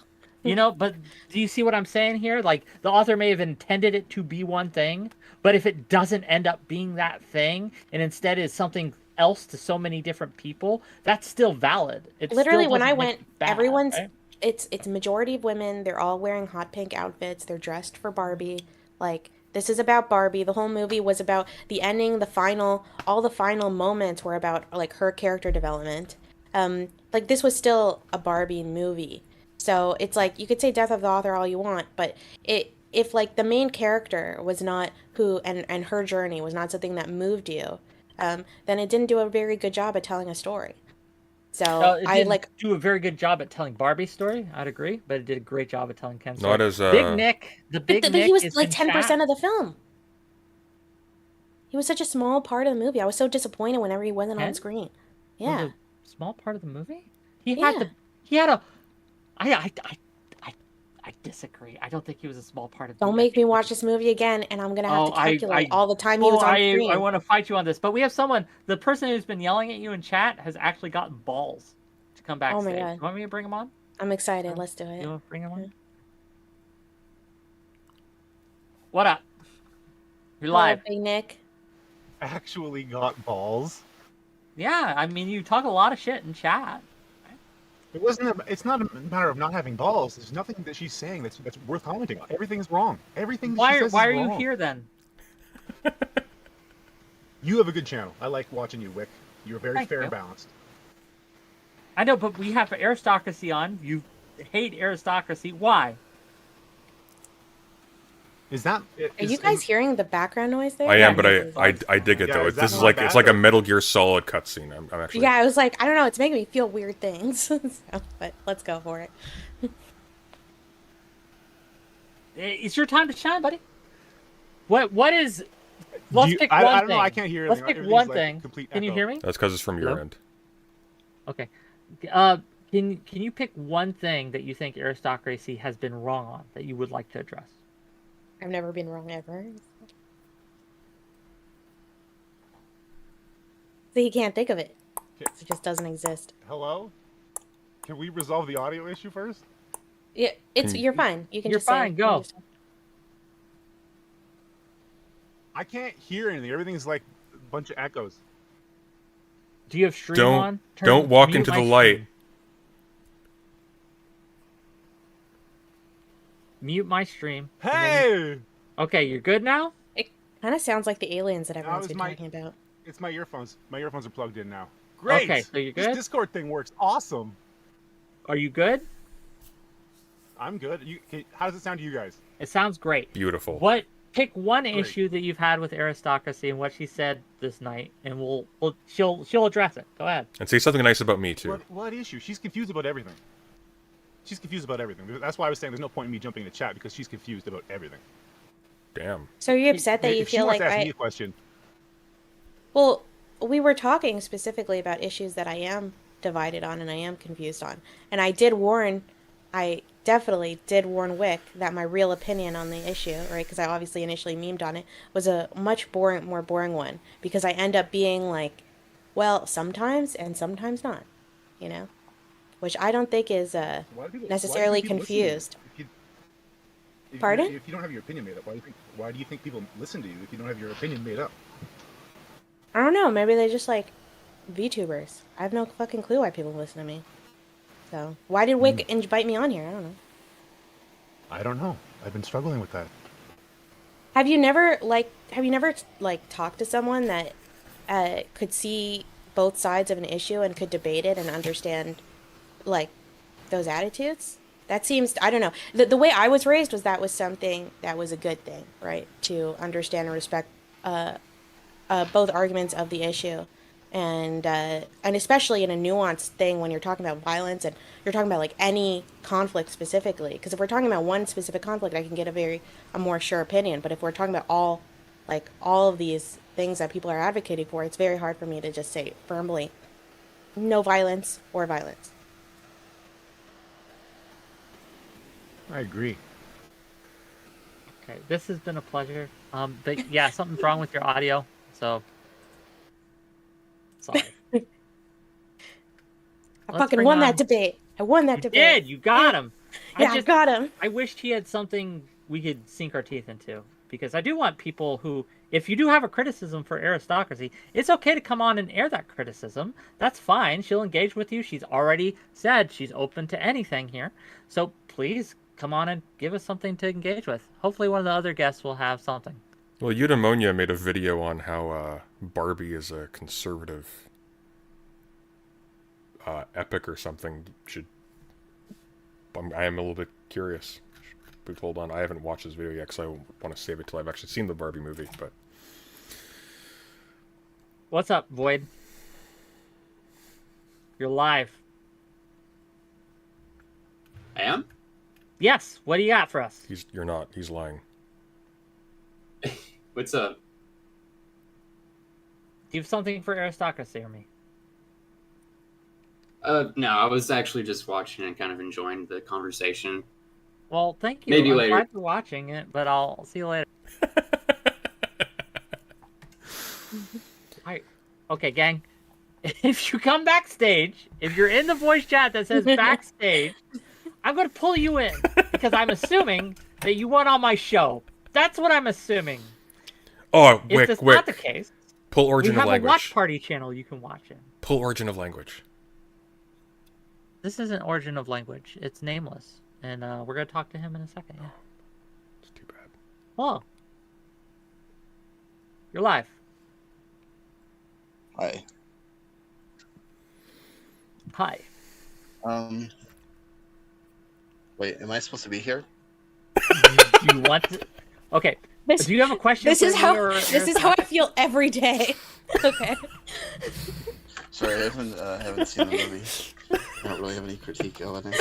You don't have to critique the movie. Do you have any thoughts on political violence? Do you have any thoughts on anything Aristocracy has talked about tonight?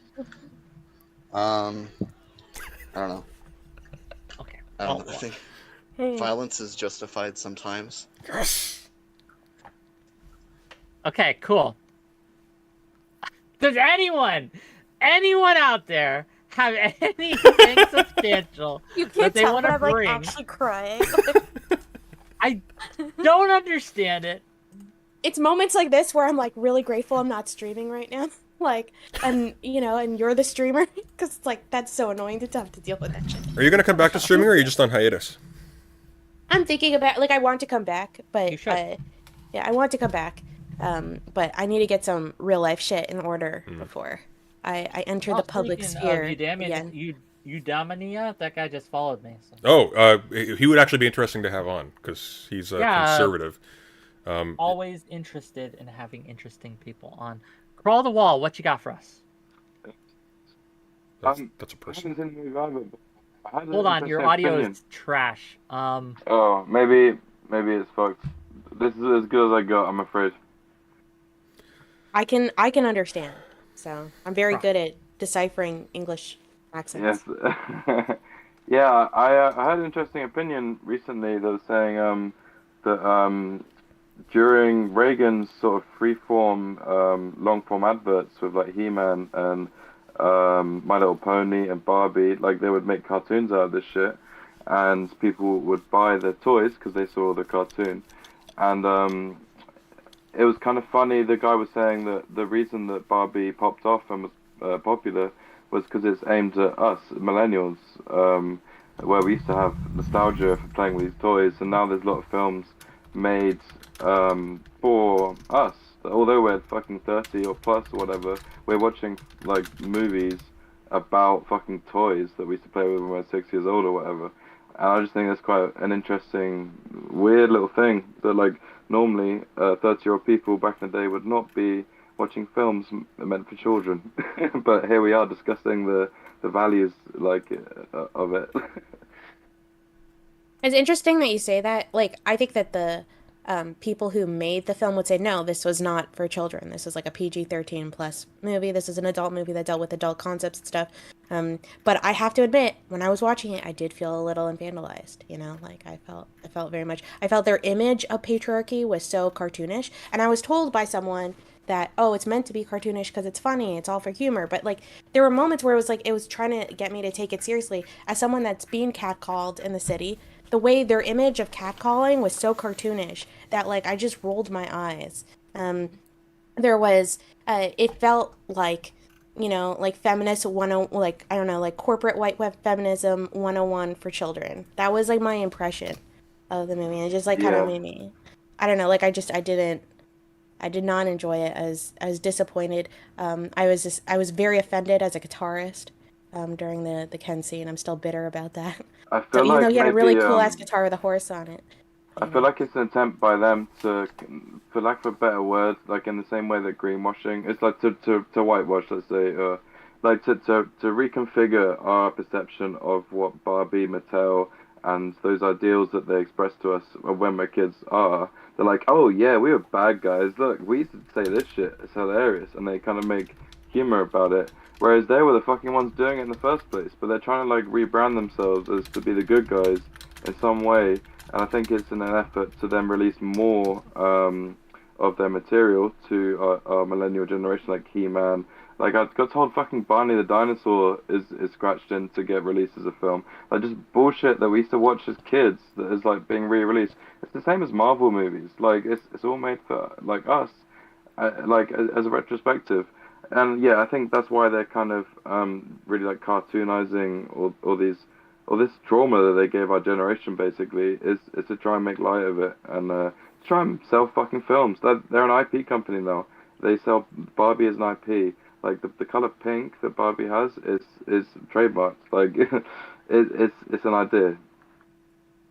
Yeah, And ideas are yes, they are trying to bulletproof. monetize it. Obviously, right? This is not, I think, news. But we're not going to be buying toys, are we? So what are we going to be buying? We're going to be buying seats in a I cinema. like Barbies. I was a huge Barbie. Like, I have a lot of male centered interests, but one of the big female interests I had was Barbies. Like, I played Barbies up until I was 12 years old when other kids would bully me for that shit. So, I liked some of the aspects of, like, the way that they portrayed Barbie in, like, a more, and just the concept of the toy for girls as, like, more nuanced. Hey, Wake's My mom got a wouldn't Halo let me figure play on with his it. back shelf right now, so don't bully anyone about having toys. Yeah, but, like, uh, Hey, I they're all like that they, figurines. like, they They're all showed. figurines.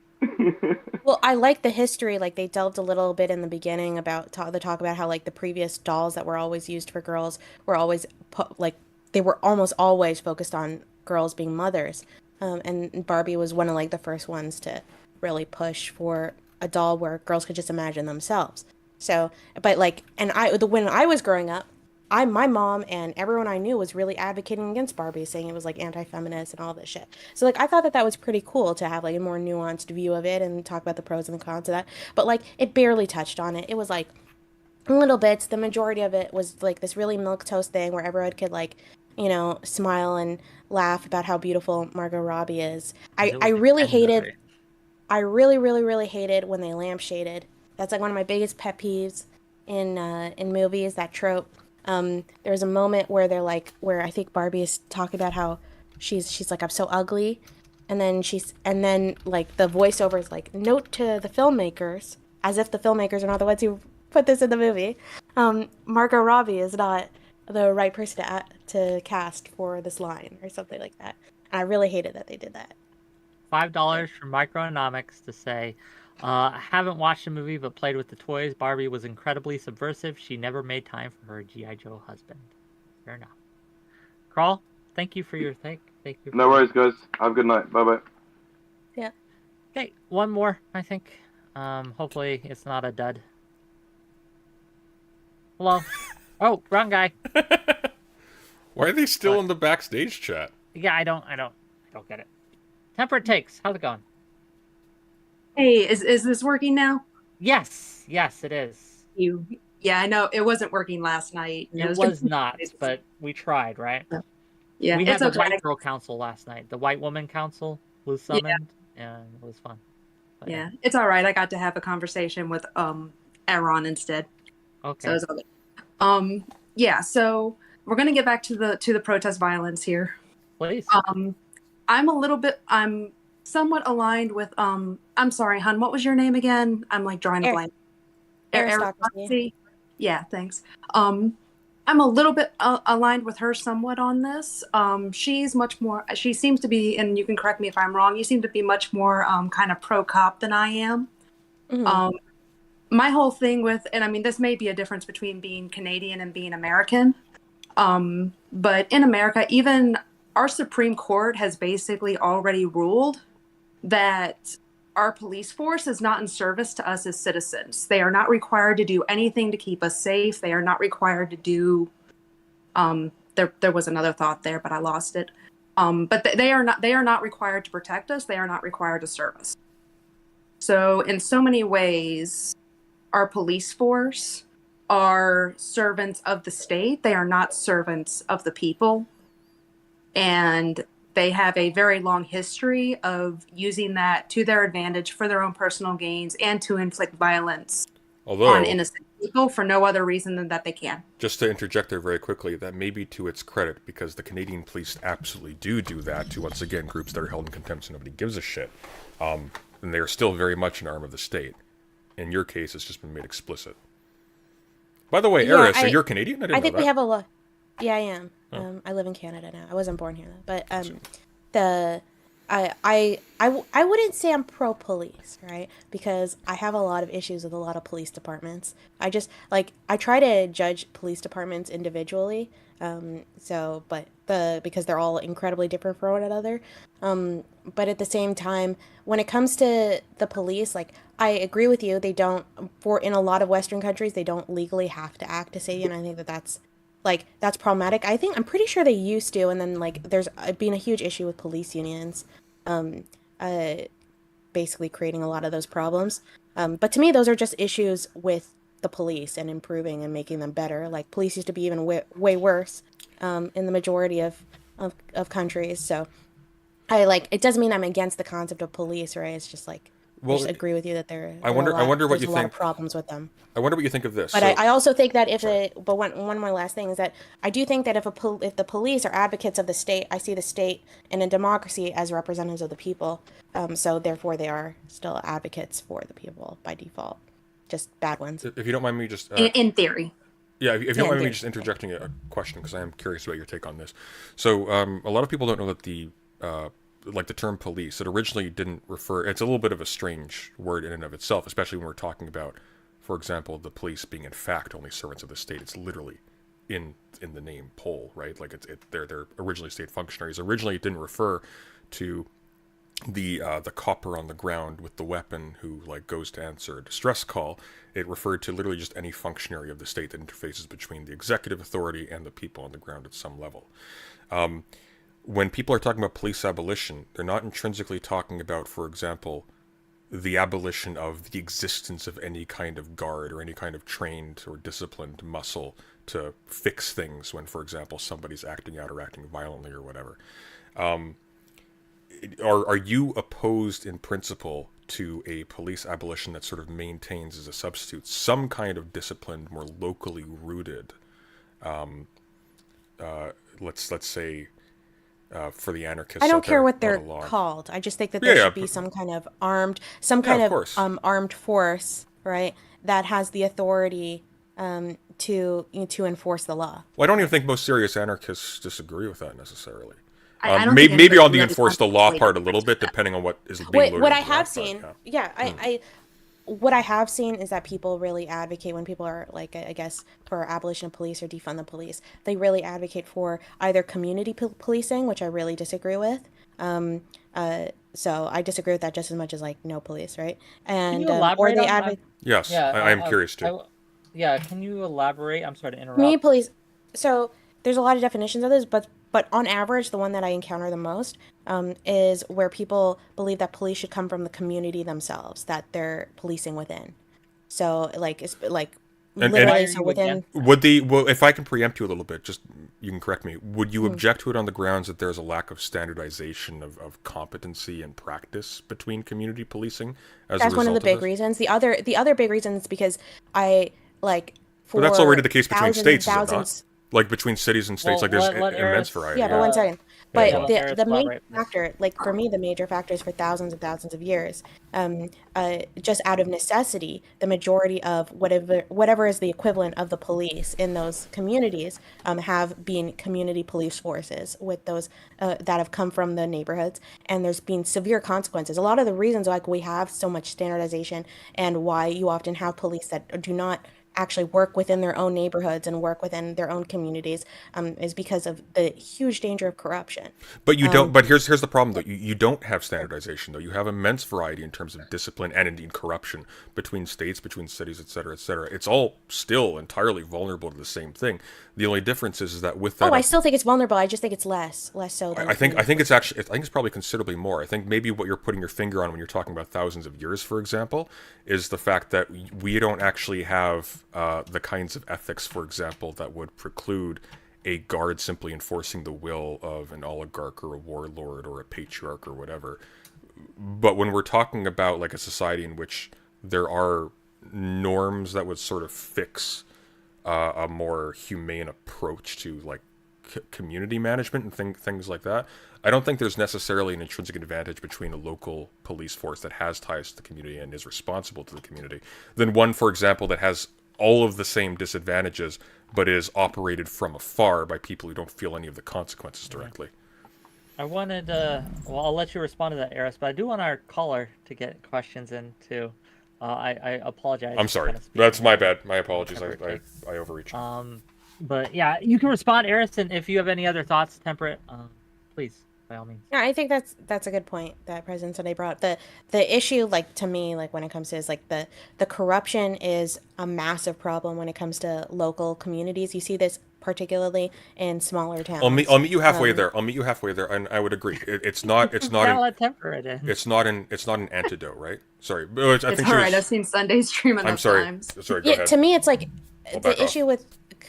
I can see that there would be problems. There could be other problems that happen when you have someone who's like not connected to the community whatsoever, right? You need somewhat of a balance. But still, like the answer of creating of the majority of your police force being from the local community, so much so to that it's literally the local neighborhood. This is what I've been seen advocating Yeah. for, right? And they think that that's an answer to racial injustice, which is a complete legitimate issue to have. But like Well, I again, think we have done that for so long, and that is failed time and time again. And it's shocking to me that people want to advocate for going back to those types of policies. I agree that there's still issues with corruption and all that stuff in the United States. And there can be more standardization. As I said, one of my biggest problems is that like each police force is so different from one another, in both the United States and in Canada. But like the answer to that to me is not community. Well, I police. think It's just, that- you're just going to make the problem even worse. Well, the Canada and United States case is particularly interesting, just as a final note, just because oftentimes we're talking about community policing as opposed to state or provincial policing or whatever. The issue there is not even just the benefits of having a police force that's rooted in the community. It's also because it's seen as an incursion on the sovereignty, for example, of like Indigenous governed zones, which supposedly are treated with the Canadian government to have like actual like as a self-governing entity or as self-governing entities in some capacity, and it gets a lot more complicated. In Yeah, that with the direction. indigenous thing, Yeah. that gets really, really messy. That's Yes. its own can of worms. That's its whole just separate conversation. So my thing is like there's pros and cons to both as far as community policing and like big name policing, and I've kind of experienced both. To kind of give you guys an example is I live in this weird little area in North Carolina that within 5 miles of me there are 6 different police departments because every town around me is considered its own municipality, so they each have their own personal police departments. It's the funkiest, dumbest system ever. Yeah, And that's wacky. Isn't that community policing though? Right. it's essentially it is, yes. Except my whole problem with the community policing model is one, like Aristocracy says, it leaves a lot of room for personal biases for people in those positions to use against their community. That's how, like, Conflict of interest. Exactly. That's how you had like old medieval villages and stuff, and it almost always affects the most marginalized people in those communities because those are the people that those in power end up being biased against and coming down the hardest on. So there's always huge room. There's as much room for corruption in community policing, if not more room, than there is in like big city policing, where the police basically don't know anybody that in the neighborhoods that they're actually patrolling. But on the other hand, I also see the problems in that is that how can an officer take care of an area that they don't give a shit about?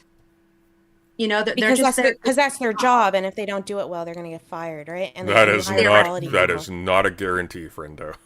It's never a guarantee. You're never going to get guaranteed that people. That's are just gonna not even. do That's the just job that's just incredibly well, that's just right? not even true. But like, I don't think that someone being in their community, like getting within their community, I think it's like just as likely that they're going to be massive conflict of interest. To me, it's like, does a doctor need to operate on someone within their community to perform their job well?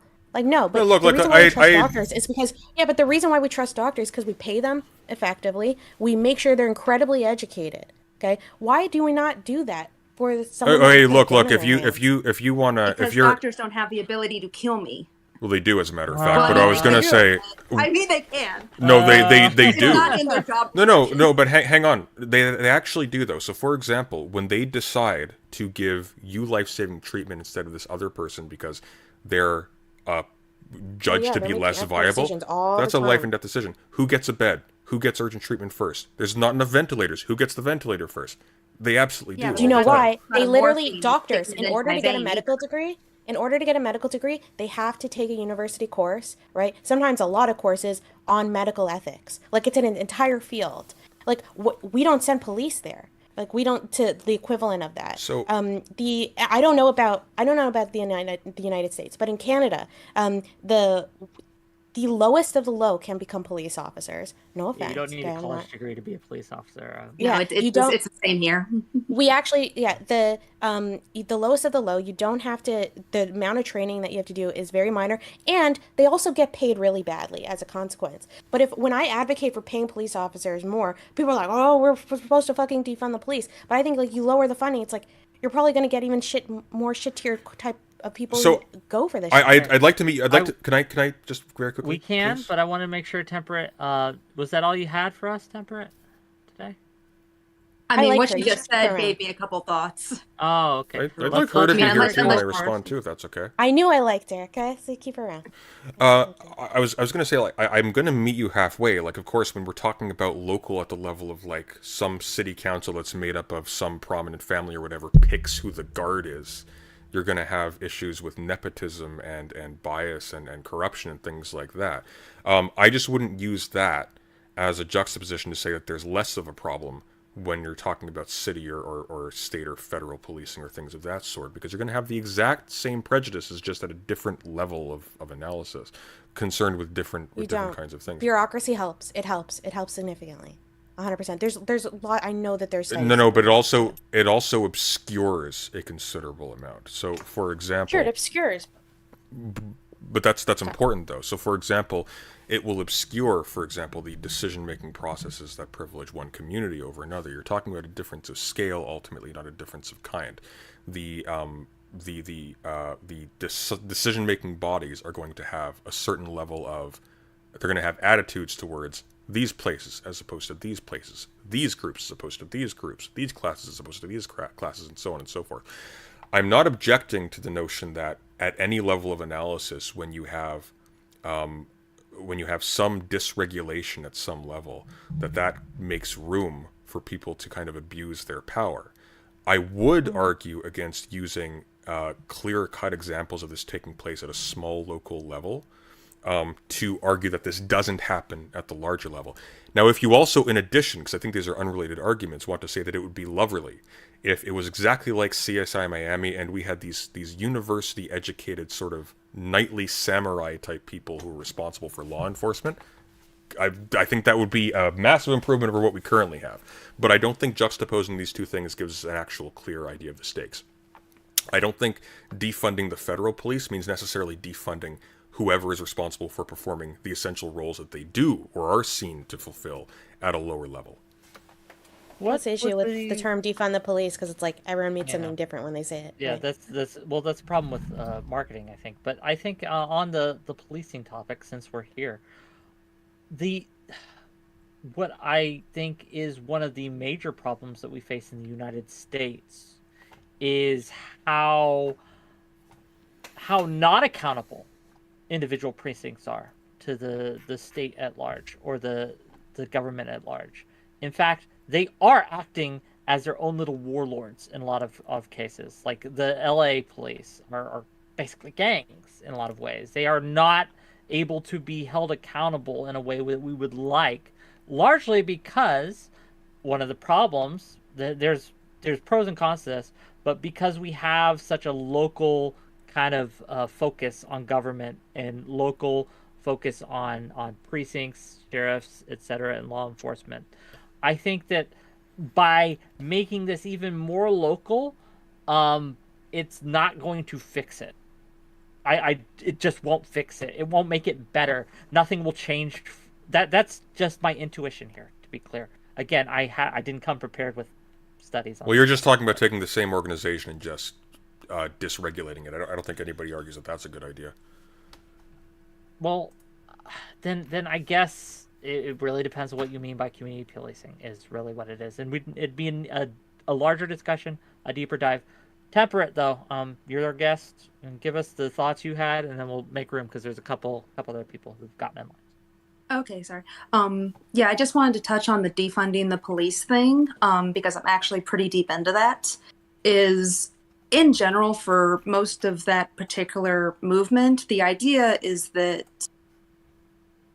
not even necessary is basically is depending on what funds a community has available, is because if you've ever worked in the foster care system, or if you've social workers who have to deal with disabled or mentally ill people, those areas are always the last places to get funded. And what ends up happening is I'm not 100% sure on these statistics, but something like 55 to 60% of foster kids will end up in prison because there's nowhere for them to go. Once they hit 18, the system doesn't want to know them. They get kicked out. They got nowhere else to go, and so they end up doing stupid shit that gets them thrown in jail. Or, of course, you have mentally ill people that they can't get their medication. They can't get their medication, so they can't get a job. They can't get housing. They're on the street. They're constantly being thrown in jail because there's no system set up to keep them out of jail. And that's generally speaking what they're talking about when they're saying defund the police is take resources that the police need to deal with these people and give it to the people that will actually fix the problem, rather than just having a bunch of guys who are just grabbing all these poor people and just throwing them in jail because we have no other system in place to deal with them. See, I would agree with that logic if I agreed with the description, right? Like where the thing is, at the end of the day, I'm not convinced that those other groups are fixing the problem, right? I am convinced that there are better solutions than the police, right? And there are ways that you can prevent the problem. But to me, that's very focused on either education, but mostly into early parenthood. Like all the research that I've seen on like criminology and stuff is that whether or not someone is going to be a criminal is basically decided by the age of 3 or 4 years old. And any efforts that you put on afterwards, as depressing as that is not actually going to impact whether or not that person is going to be a criminal.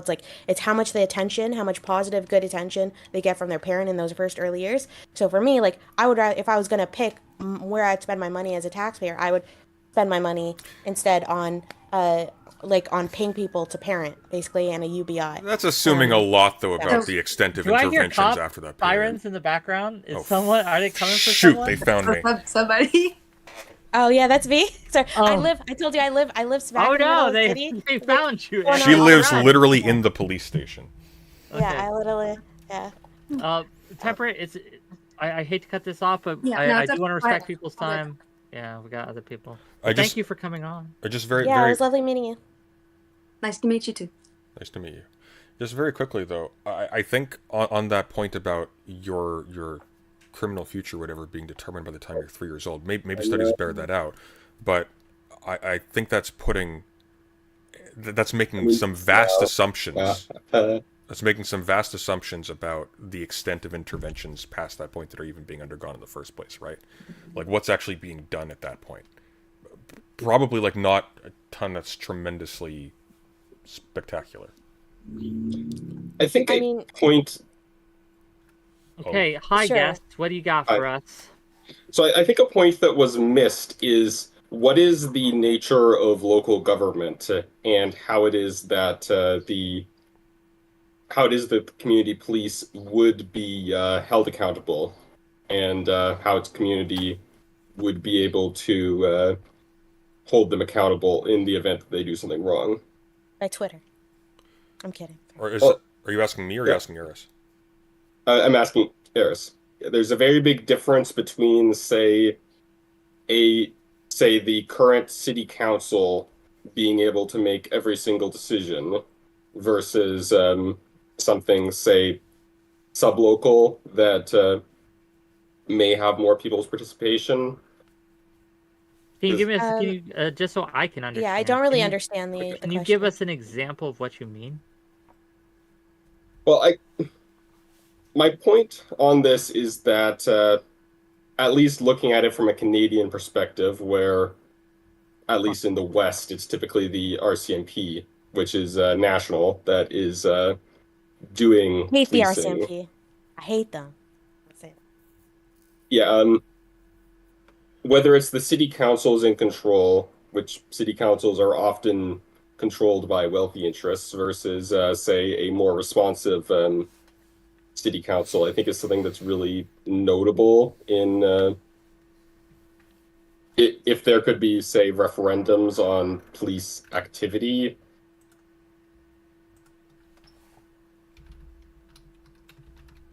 Oh, wait. Or something like that.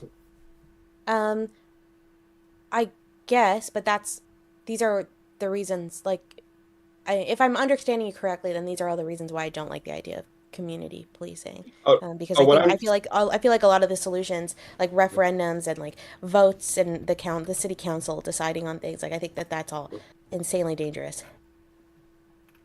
um essentially, I think that the police being very corrupt is quite a large possibility if the local government itself is very corrupt and controlled by entrenched interests. But this isn't necessarily going to always be the case, and I think that community policing advocates are typically advocating some level of local government reform, or at least more activity Oh, I think by even if the people. local government is excellent, I think if the local government is like excellent, amazing, idealistic, right?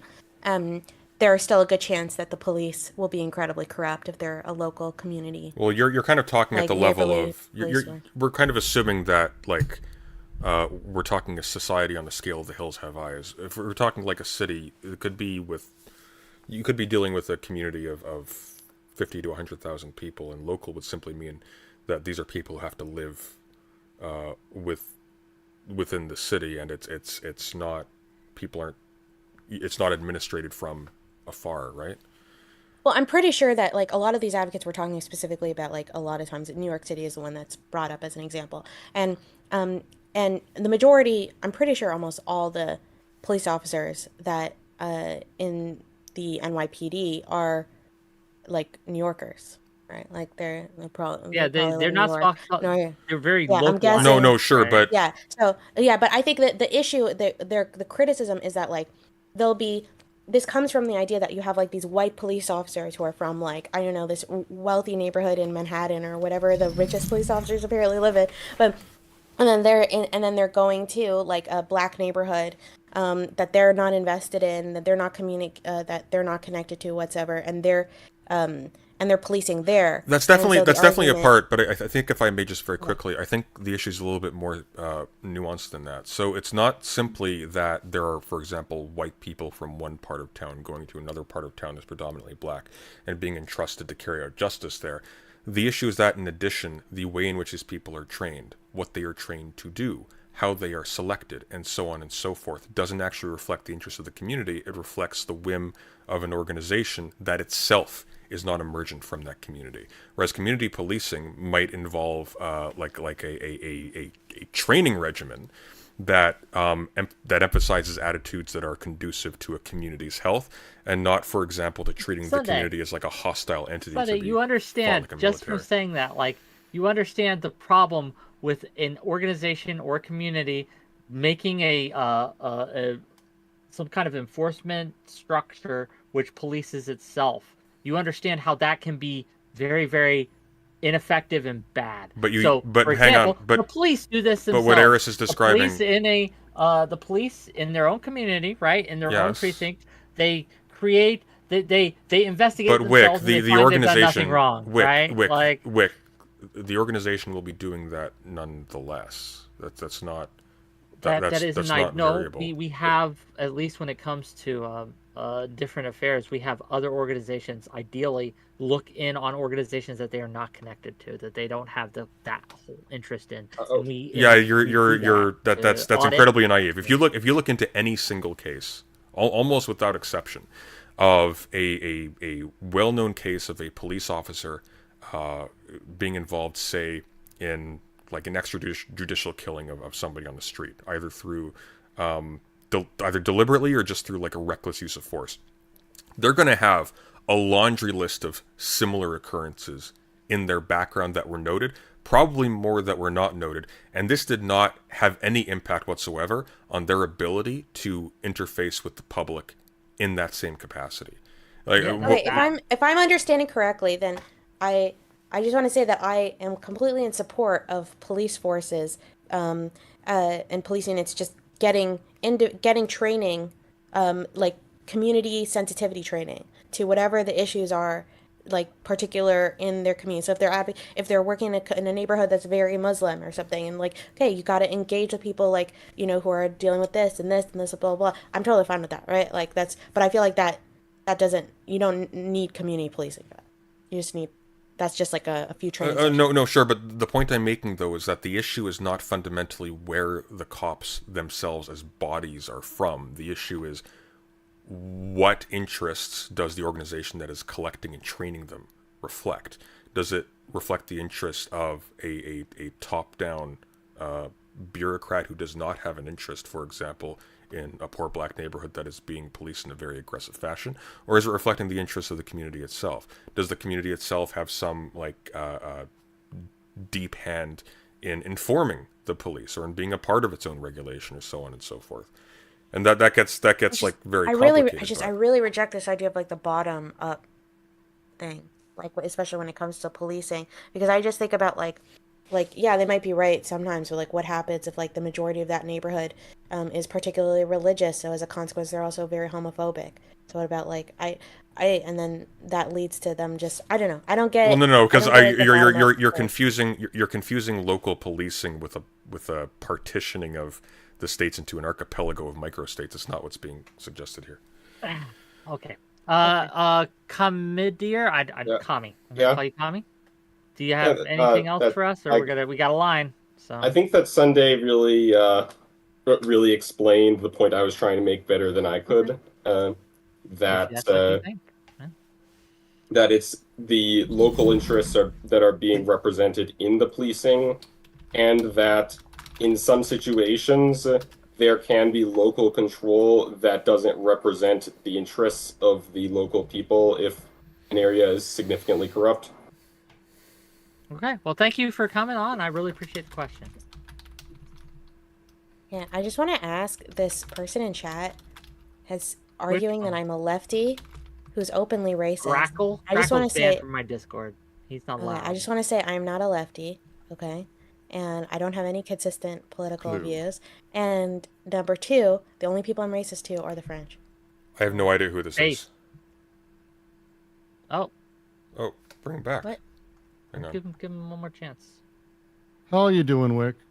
I'm doing What? Oh, Back out? well. You gotta stay in the call. Don't click. There's a button that says join voice. Don't click that button. That's a trap. I ain't clicking it. How you Okay. doing, Wick? I'm doing good. How you How are doing? I'm doing What all you got right. for us? So it's see, the thing that's fascinating is hearing like a lot of well, I read a study or I heard a thing or this is what it means, but really I'm actually not hearing anyone talk about community policing and the actual effects of it. The studies that have been done, we have 60 plus years of studies and kind of the things that are important on it. There's a wealth of information if you want to go. Big two things. The first is you generally want the people who are policing an area to be culturally aware of the area. New York is the one everyone uses, but that's because a lot of people who live in New York don't police in New York. Cops don't live in New York. No one lives in fucking Manhattan. It's too expensive. Police do not make enough money for that. They live outside of the city and they bus in. And as they found in psychological profiles, a lot of cops do this fascinating thing where they go there to stop the evil. They see them as the vanguards protecting their city from the shitty people who are fucked up in New York. So that immediate thing of going there to fight the evil we see in LA, which has a massive amount of gangland, literal gangland cops. They have cop gangs with like tattoos and shit, like yeah. the Shield. It's wild. They also live outside and come in. They live in the Valley. They live in San Bernardino. They live in all sorts of fun places, and then come into the east side of LA, southern LA, South Central, and police there. And you end up in this really awful position where like the police force over indexes with white people in black areas by 50 to 60%, or even 2 to 4x. So you have this extraordinary mismatch of cultural understanding, police understanding, but also the mentality of going in. So the studies have found over time that it doesn't help necessarily people's perception of the police, because we have issues with just bringing minorities into the police forces for reasons that I would hope it would be fairly obvious to everyone. But the big thing it does do is it reduces unwarranted violence complaints, and unwarranted arrests. You have this really extraordinary thing that as people understand the culture they're policing, they actually deal with it as the culture. They're still cops. Yeah, sure. You said that we have examples of it working. Can you 538 has done 3 or good 4 ideal? pieces on this. I'll happily post 538. No, like sure. But what I'm asking for is a precinct or community that is currently engaged or has engaged in the past. Sure, community Hartford, policing Connecticut. has been super successful. Hartford, Connecticut. Okay. There's only a few places. I'm so skeptical of like when someone says the studies thing. Like you might be. No, I understand right? that, but you've been saying things 'cause- like, I understand that, but you don't have a background in this stuff or has worked in it and have done advocacy for it. So when you talk about the studies in it, you can go find that. You can be skeptical of studies. Sure, but I do know the historical consensus on community don't. policing. No, you don't. I mean, you don't. Why would you know that? How would you know what the do you talk to people who work in community policing? Do you talk to union officials with police? How do you know I'm what talking about I'm talking about the scholar like in the literature with like historians. Like so Name one. I think one of the problems is that we're probably talking about different time periods. Like I'm talking about the last like, 50 years. I am curious. Why I'm not talking about the last 50 but years. If you could name one, that would actually give us a good. You guys gotta let place to- Eris. You're both here. You're yelling at Eris to name things. She's trying to name things. Let her name things. Give her space. Eris, go ahead. Okay.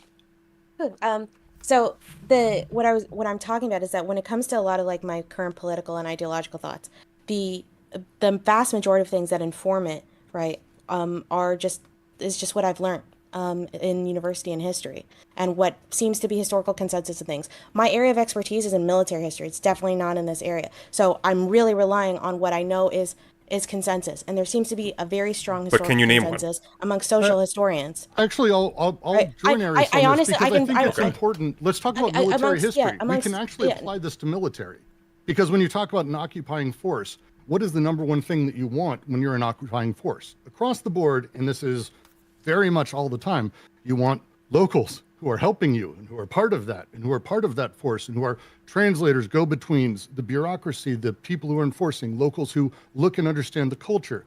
You don't generally want people who have no conception of it, who see the locals as evil, right? In every occupation that's ever happened, we have a lot of historical references there. You definitely want some locals like giving you advice and giving you, but I also said that was totally fine with when it came to community sensitivity training. I agree, police working in a neighborhood that they're not familiar with, and they're not familiar with the dynamics of the culture and the history of the region, all that kind of thing, is very problematic. But at the same time, there's also like, I mean, since you seem to know a lot about military history, right? And I'm guessing a lot about not war as much crimes, as you. I'm just saying as an example because it's a few things. Let her right, finish. is that these war crimes are much more common when the people who are literally down on the ground are the ones that actively have engaged with the people previously, right? And have, absolutely. especially if they have a long history. So it's like the closer they are, the more. This is one of the reasons why people have moved and like there's way less war crimes when someone is actually far more like there's a larger distance between the person and the perpetrator. I'd be hesitant to say that. I tend to know what you're talking about. You're speaking of Southeast Asia, I think, could give us 4 or 5 examples of what you're talking about, where the people enforcing are also the people who know the people, and sort of the retribution comes, we'll say, in full force, in brutal ways. Totally agree with you there. But this is talking about community policing. This is it's a different thing in terms of like representing a genocide or how those things have taken place. The war but this is my problem with the studies that you're bringing up, is that like, right. And this is my problems with modern political ideologies in general, is that they're too short, right? Humans have been creating societies and have been. But Eris, very quickly, I just want to. No, you got let her finish. Let her finish. For thousands of years, and on average, the average person, when they decide what they believe ideologically, politically, whatever, right, they are gathering information from the past at most 50 years. Okay, but Eris, as you mentioned, Eris, no, but this is to me, is that's very kind of wild, and it's so no, but this narrow. is very important. This is something you're kind of missing here. You're saying that Sure. local policing doesn't work because it's not as effective as operating essentially a colonial dominating force in military terms. Like your point of reference seems to be counterinsurgency. Wait, no, that's not exact. That's not at all what I said. Wait, what? Wait, No, can you she's repeat saying that? she's saying I that feel we've like I got. misunderstood. May I try, Aries, and you can Sure. tell me if I'm fucked up, and I'll shut up Okay. then. So Sunday, she's saying when we talk about kind of human nature in these situations, talk about the police, how they deal with people. I'm coming at it saying, okay, we've got these studies of 50 years. I'm looking at because we got a ton more. Yeah, but studies she's now saying, of but this what- is but the she's- no. I we go understand, back Brooks, 2, but 3, 4, 500 I years, we have a lot understand. more info. No, Sunday, Brooks. Is that Eris close? is here. Eris could tell us what she said. No, but I thank you, Wick. But I was actually addressing something that Brooks was I hope saying. I wasn't far off. No, so the problem I'm having here, though, once again, is I actually thought your initial question was kind of important. I didn't hear any evidence that she'd actually engaged with the studies she apparently has problems with. I haven't heard any names. It seems like bluntly, and I don't have any like ill will towards you, Eris, but you're kind of talking out of your ass here. It feels like. Are we all talking out of our ass tonight? No, No. I've done advocacy I'm work just with. moderating. We're all okay? on Twitch. I don't. But I admit my answer I would don't be know simple. enough about I can totally- community I can- policing Police, to as make- we I have can them today, totally- haven't existed more than 100 years. So going beyond that, or talking about the social structures that we have now. Well, that just as- depends on your definition of what a community policing is. No, I'll say modern that, like, police, as we know it, started in Berkeley in 1909. Like this is a thing that we've got. okay, It's the beginning of it. the Yeah. modern police organization, sure, right? No, Okay, the but when structure I'm of talking policing about as we do it now. okay, but I'm talking about like having a large force, okay, that has the exclusive monopoly on violence that is meant That's to enforce even more the recent. law. That enforce the law. No, it is not. Yes, it not. is. What do you mean The majority- monopoly? What you're Who enforced the laws in Rome? It wasn't the police, Wick. They didn't was have a police force. And, No one and did, again, they the just- way that There would have been enforced- several bodies that had Would their there have been own. an armed group, perhaps, that if you broke the law, would If you enforce the law? well, no. Families first of all would have their arms. There would also be mercenaries. There would be standing troops occasionally so, that were paid armed for group by. who got paid, right? But there was no Yeah, no. But hang on. Random people. There was random no monopoly on any kind of force. That's why that is a modern thing. This is why when Even in the late 1800s, the idea of a militia that was out to catch slaves wasn't a government authorized body. There was no regulation behind it. It was, we may call the police a false regulative body now, and we may have commentary, but they are an official angle of the state. That was not the case up until the early 1900s. The first police chief didn't exist until 1910. But these are all organizational. That is Right? Yeah, not these are at all organizational the things. case. I'm talking about like what the real again. This really feels like a semantic issue, right? well, it's not a semantic issue that- because you're making a Let prescription Aaron based upon finish. the Yeah, let structure of Aaron an finish, organization. Please, my God. This really My feels guy. like a semantic issue because there have always, most cultures have had some kind of force, right? Often it was a religious force, like sometimes it was more of a localized force. There were sometimes it was a force that was just hired specifically by the emperor, right? There have always been individual groups. It's like Okay, well, I got my equivalent of what answer you guys, from Rome stuff. what the equivalent of what you guys are saying, right? Is me saying, okay.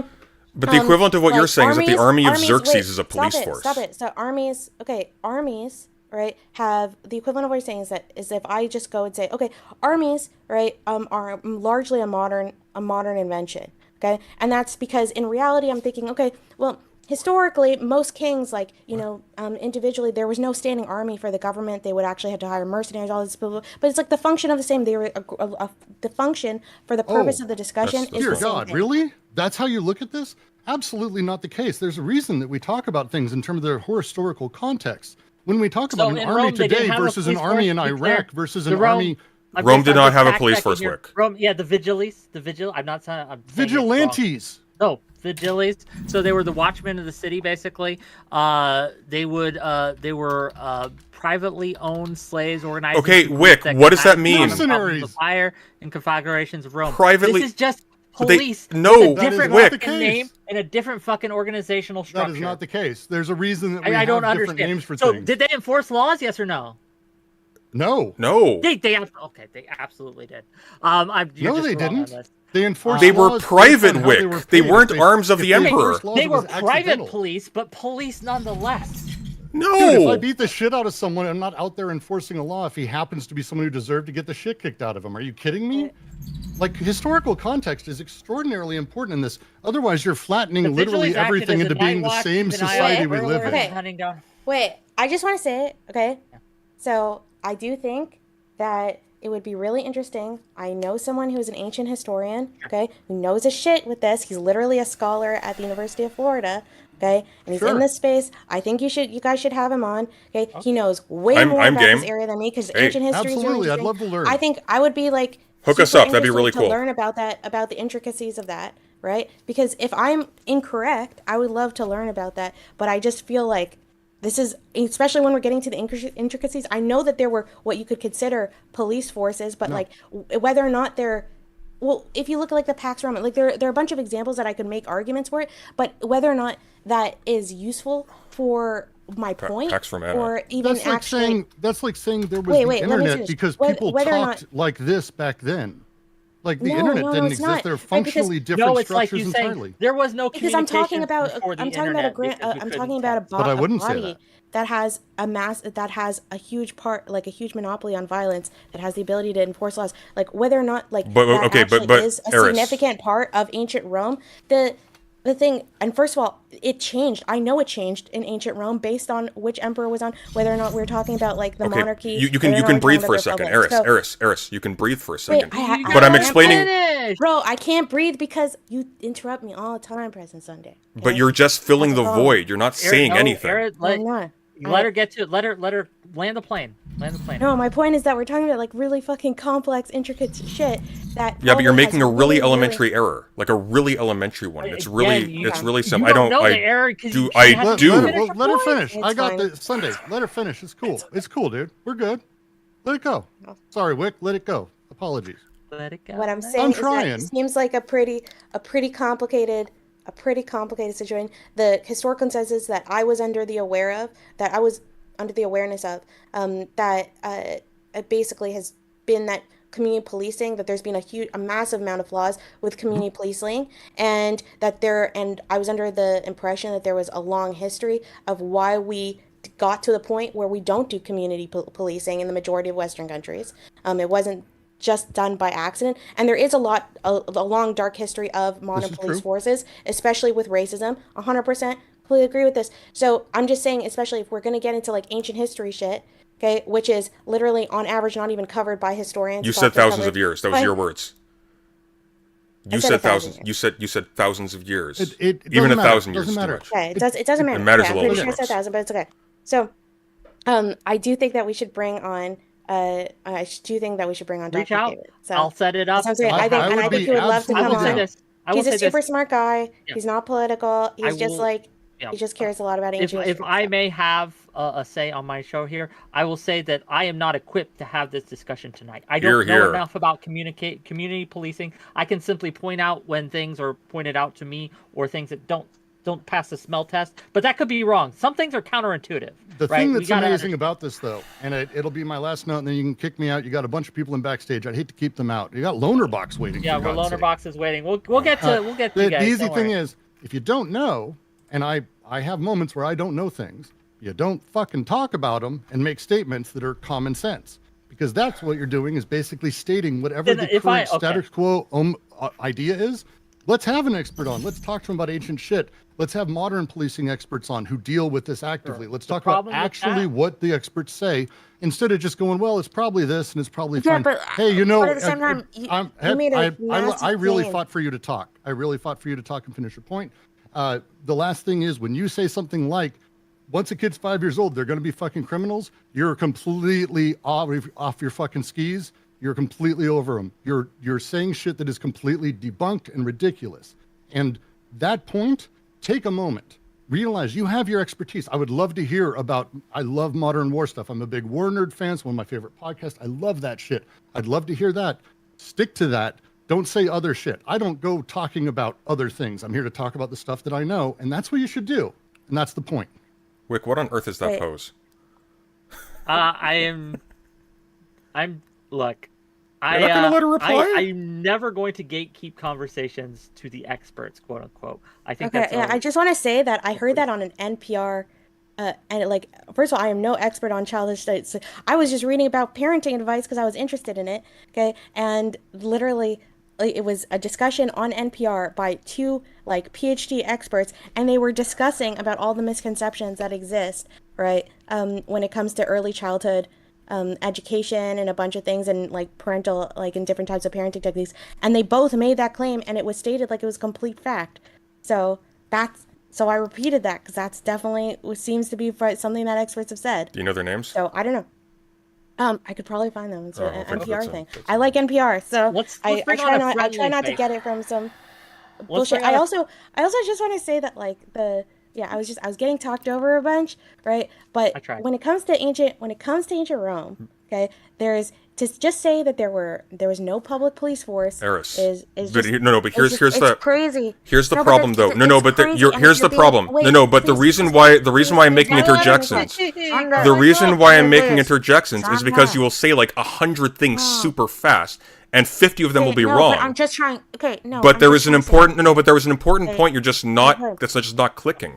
And that's that when you're talking about the nature of a type of organization, to just flatten an infinite variety of organizations into the same thing so you can use one as a precedent for the other is conceptually absurd. You actually can't do that. You're not talking about the same kind of thing. It's You're not using the absurd. evidence you're using other types of organizations, the history of a vast variety of other types of organizations as a precedent for how this very specific modern organization ought to be run. That's absurd. Okay, what's absurd is you interrupt me constantly. No, right? it's not. Like I already That's have you, memory problems. You're making it more challenging.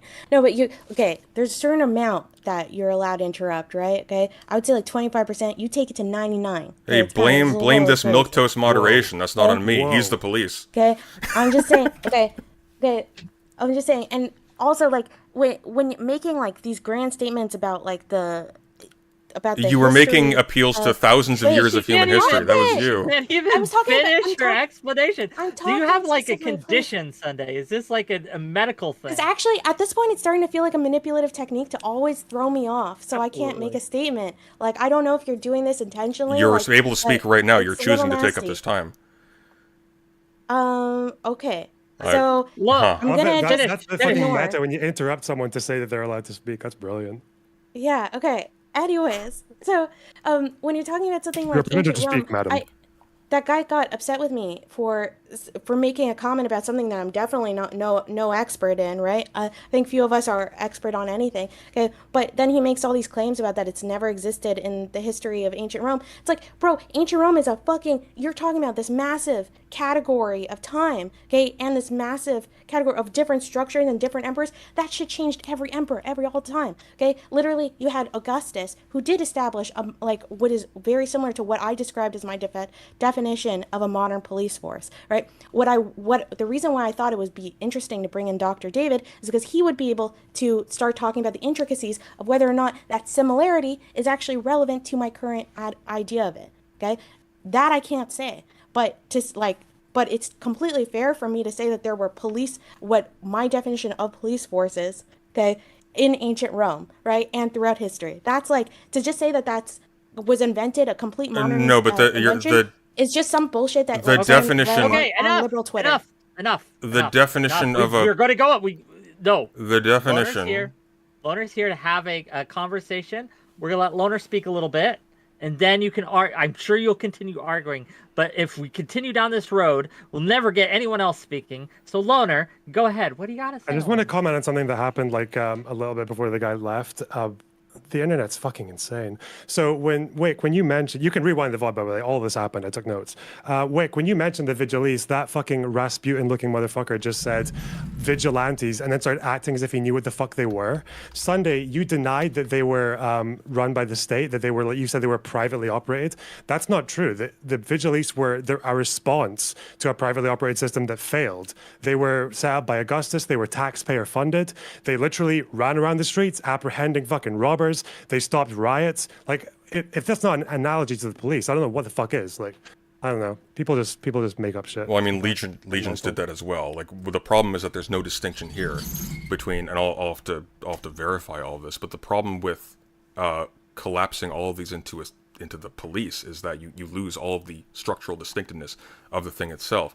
Now, I mean, it's interesting once again that the closest analogy that we're finding is akin to an occupying force, but there's simply no point being made So I don't here. know enough about the Vigiles to like, again, I was linked an article on it. Well, Lonerbox has had the opportunity to scan Wikipedia really quickly before he came on, so I'm doing that I'm just presently. curious, Which is like, more than you guys did before commenting on it, and you denied that they were. You said they were Augustus instituted a new privately public funded, firefighting which force they called the weren't. So. Vigiles.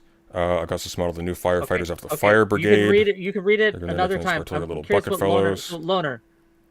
I'm just saying, like, I know why people say like the modern police force. That's why they generally say the modern police force, right? Because we've had analogy like groups that are very analogous to police. The definition, over, like, but Lonerbox, the definition of a police force is not just any armed body that is employed by some overarching authority. That's how I defined it. That's how I defined it. Yeah, but that's the problem. No, but Eris, the reason why I'm okay, please, Wick, Jesus. You're talking so to me. fine, but Eris, the problem with that though is that if you're just literally defining the police as any armed body with some kind of overarching structure categorically, and you're using precedents established via that to judge how a modern police force should operate in conditions under modern statehood, you're effectively saying, yeah, under these conditions, this warlord here employed this brute squad to do X, Y, and Z, and therefore we should use this as a precedent for having a specific type of police force over here. That's such a But that's also like the Vigilistes again. They weren't paramilitary. They were under the emperor and they were taxpayer funded. I feel like, okay, yes or no? Do you think that's a reasonable analogy to the modern But police, what you're describing is identical to the Roman legions. Lonerbox. Are we considering? Are we considering? Well, were the Roman legions not? Were the Roman legions not publicly funded and supplied, and at the command of the public? Yeah, but I would also say if someone came to me and they were talking about like a military or an army, I wouldn't say, oh well, they're technically not under the single arm of the state. But no, I would say that's a good analogy, right? No, but would you say though? Like I notice you have to fix on the Vigiles, but would you say that the Roman legions were the police? If they engaged in some policing, maybe like National Guard does policing sometimes. So I don't know the exact details. Can you tell me like at what point they stopped being like military and did more policing activity? Well, that's what I have to ask you, because if by policing activity we mean simply doing violence at the behest of the state, Rome was an empire. Like, what do you think that means? Policing would usually mean like dealing with crime at a local level, because like they deal with the similar crimes that police today deal with. They guarded the baths at night. They dealt with theft. They dealt with fucking burglaries. They chased slaves who were trying to flee. Like, so if they did that, then yeah, they were some kind of police. They're not the modern police, which is why I put modern as a prefix. But they're pretty analogous. They're more police. Well, they would have engaged in workers, they would have engaged in a night watch, just as, for example, I want to remind citizens everyone in a city under what the siege point of would. all this back and forth is. So what we're actually arguing about, what the claim made, right, was about community policing. Yes. And Aristocracy made the claim that the reason we don't engage in community, in her opinion, this is her opinion, the reason we don't engage in community policing before is because we purposefully, as a culture, as a society, as a world, moved away from it because of all the problems that it necessitated. And she cited the problems with community. Well, actually, just to address that very quickly. That's kind of no. I'm sure that's accurate, Eris. I want to ask Eris, was that accurate? What I just said. Yeah, sure. That's a little bit. No, but I need to. I actually wanted to. In chat though. Which one is misogynist? Like Jesus Christ. The dude who's just always asking about like my OnlyFans and like all this crap. That's gross. Get the name and sorry, mod I need steals to it. log out my extra Twitch account. Yeah. I'm joking. Whoever's moderating in my chat right now, get the name and then deal with it. That's actually a bit worse for you though, Eris, and I'll tell you why. Because litigating whether or not under these loose definitions there were quote-unquote police for even a couple hundred years prior to now, for that claim, as given by Wick to uphold, you would have to show that that was actually the rationale underlying the organization of the police in present day. And I think that's impossible. That you're essentially claiming that this is the reason that they are organized now. This was a self-conscious decision. We have looked at the history of how the ancient Romans policed their cities, and we have determined that we just need, that's not how that happened. Wait, you don't think? Okay, that's kind of wild to me, right? Because to me that would just be a truism. So I'm interested in this. But that Why would a that be a lot truism? There that should be a discrete set of wait, facts let that me establish finish, this. These let are me finish decisions, this yes? sentence. Oh my God, please, this is okay. I'm trying to ignore what you're saying so I can continue my thought, Okay. right? But it would make sense to me, just as a truism, that there would be certain rules and certain laws that, especially that you see consistently across the majority of countries around the world, especially Western countries, where like the reason, where there were obviously mistakes that were made in the past, and you could go back into those individual instances. Like, let's just look at the medical field, right, where you used to allow doctors to practice on their family members. Okay, and but then there was a very famous case when that went really problematic. So then they made a law, and then what's the term? Sorry, I'm having like a brain fart. What's the term that's used when when a type of law comes in because of a justice decision in the courts? Precedent? That's not. Yeah, legal precedent. So, because of legal precedent, right? There are 100%, I am sure, that you could be a great historian, okay, and make a really long legal precedent argument, okay, of all the court cases that developed over time period, just in, say, something like the UK, okay, that led to a situation where now there's a lot of bureaucracy and a lot of regulation with the UK police that have made improvements, probably some negative things, okay, but have also made some improvements to the issue that I'm talking specifically about. Okay, So like, okay. to me, that just seems like a bit of a truism. So it's kind of Okay, well, weird that shouldn't be, because when you wouldn't be able to prove that. That's kind of No, wild. you're misunderstanding me. If you are going to make the claim that the structure of modern police forces is the result of observation of historical precedent going back prior to the invention of modern police forces, and apparently much farther than that, because you cite over 1,000 years, you're going to be able to show where the decisions were made that referred to these. Because if you can't, then that claim is apropos of nothing. Because that's an historical claim about reasons and decisions made in time, right? So if you can't, I just want to say I never said specifically about the overall structure of the police force. I was talking specifically no, but if you're about the move away. well, you're saying from why we local don't policing. you're saying why we don't have local policing. So at some point there would have to be a decision. Yeah, we've looked at the history of policing going back to the Roman Empire, and we've determined that local policing, we're committed to justice, just too corrupt. That's not how change and progress on average is made. No, It's so but rare that no, it's no, made but with hang on. exception. Your claim Come on, your dude. claim though is very particular. Your claim was not that there is a chain. and you need it to be your claim particular. is That's not the that there. problem. Your claim is not. Yes, I do. Okay. Your claim is not there was a chain of shifts over time that is continuous back in history. That's trivially obvious. Your claim was that the reasons for why a federal as opposed to a local structure was preferred, or why a top-down versus a locally rooted structure is preferred, is because of that history. If there is no if there is no awareness of the particular flaws or the particular merits going back that you can point to, then that statement once again is unfounded. You haven't provided evidence. Why for do it. we have to be so pedantic here? Why can't we just say, This hey, isn't the reason we don't pedantry. If go you're making a back to historical police claim, if you're making an Wait, historical claim and you stop, can't provide a stop, basis for stop, that claim, stop. that's just all I'm saying, being all untrue. I'm saying, right? All I'm saying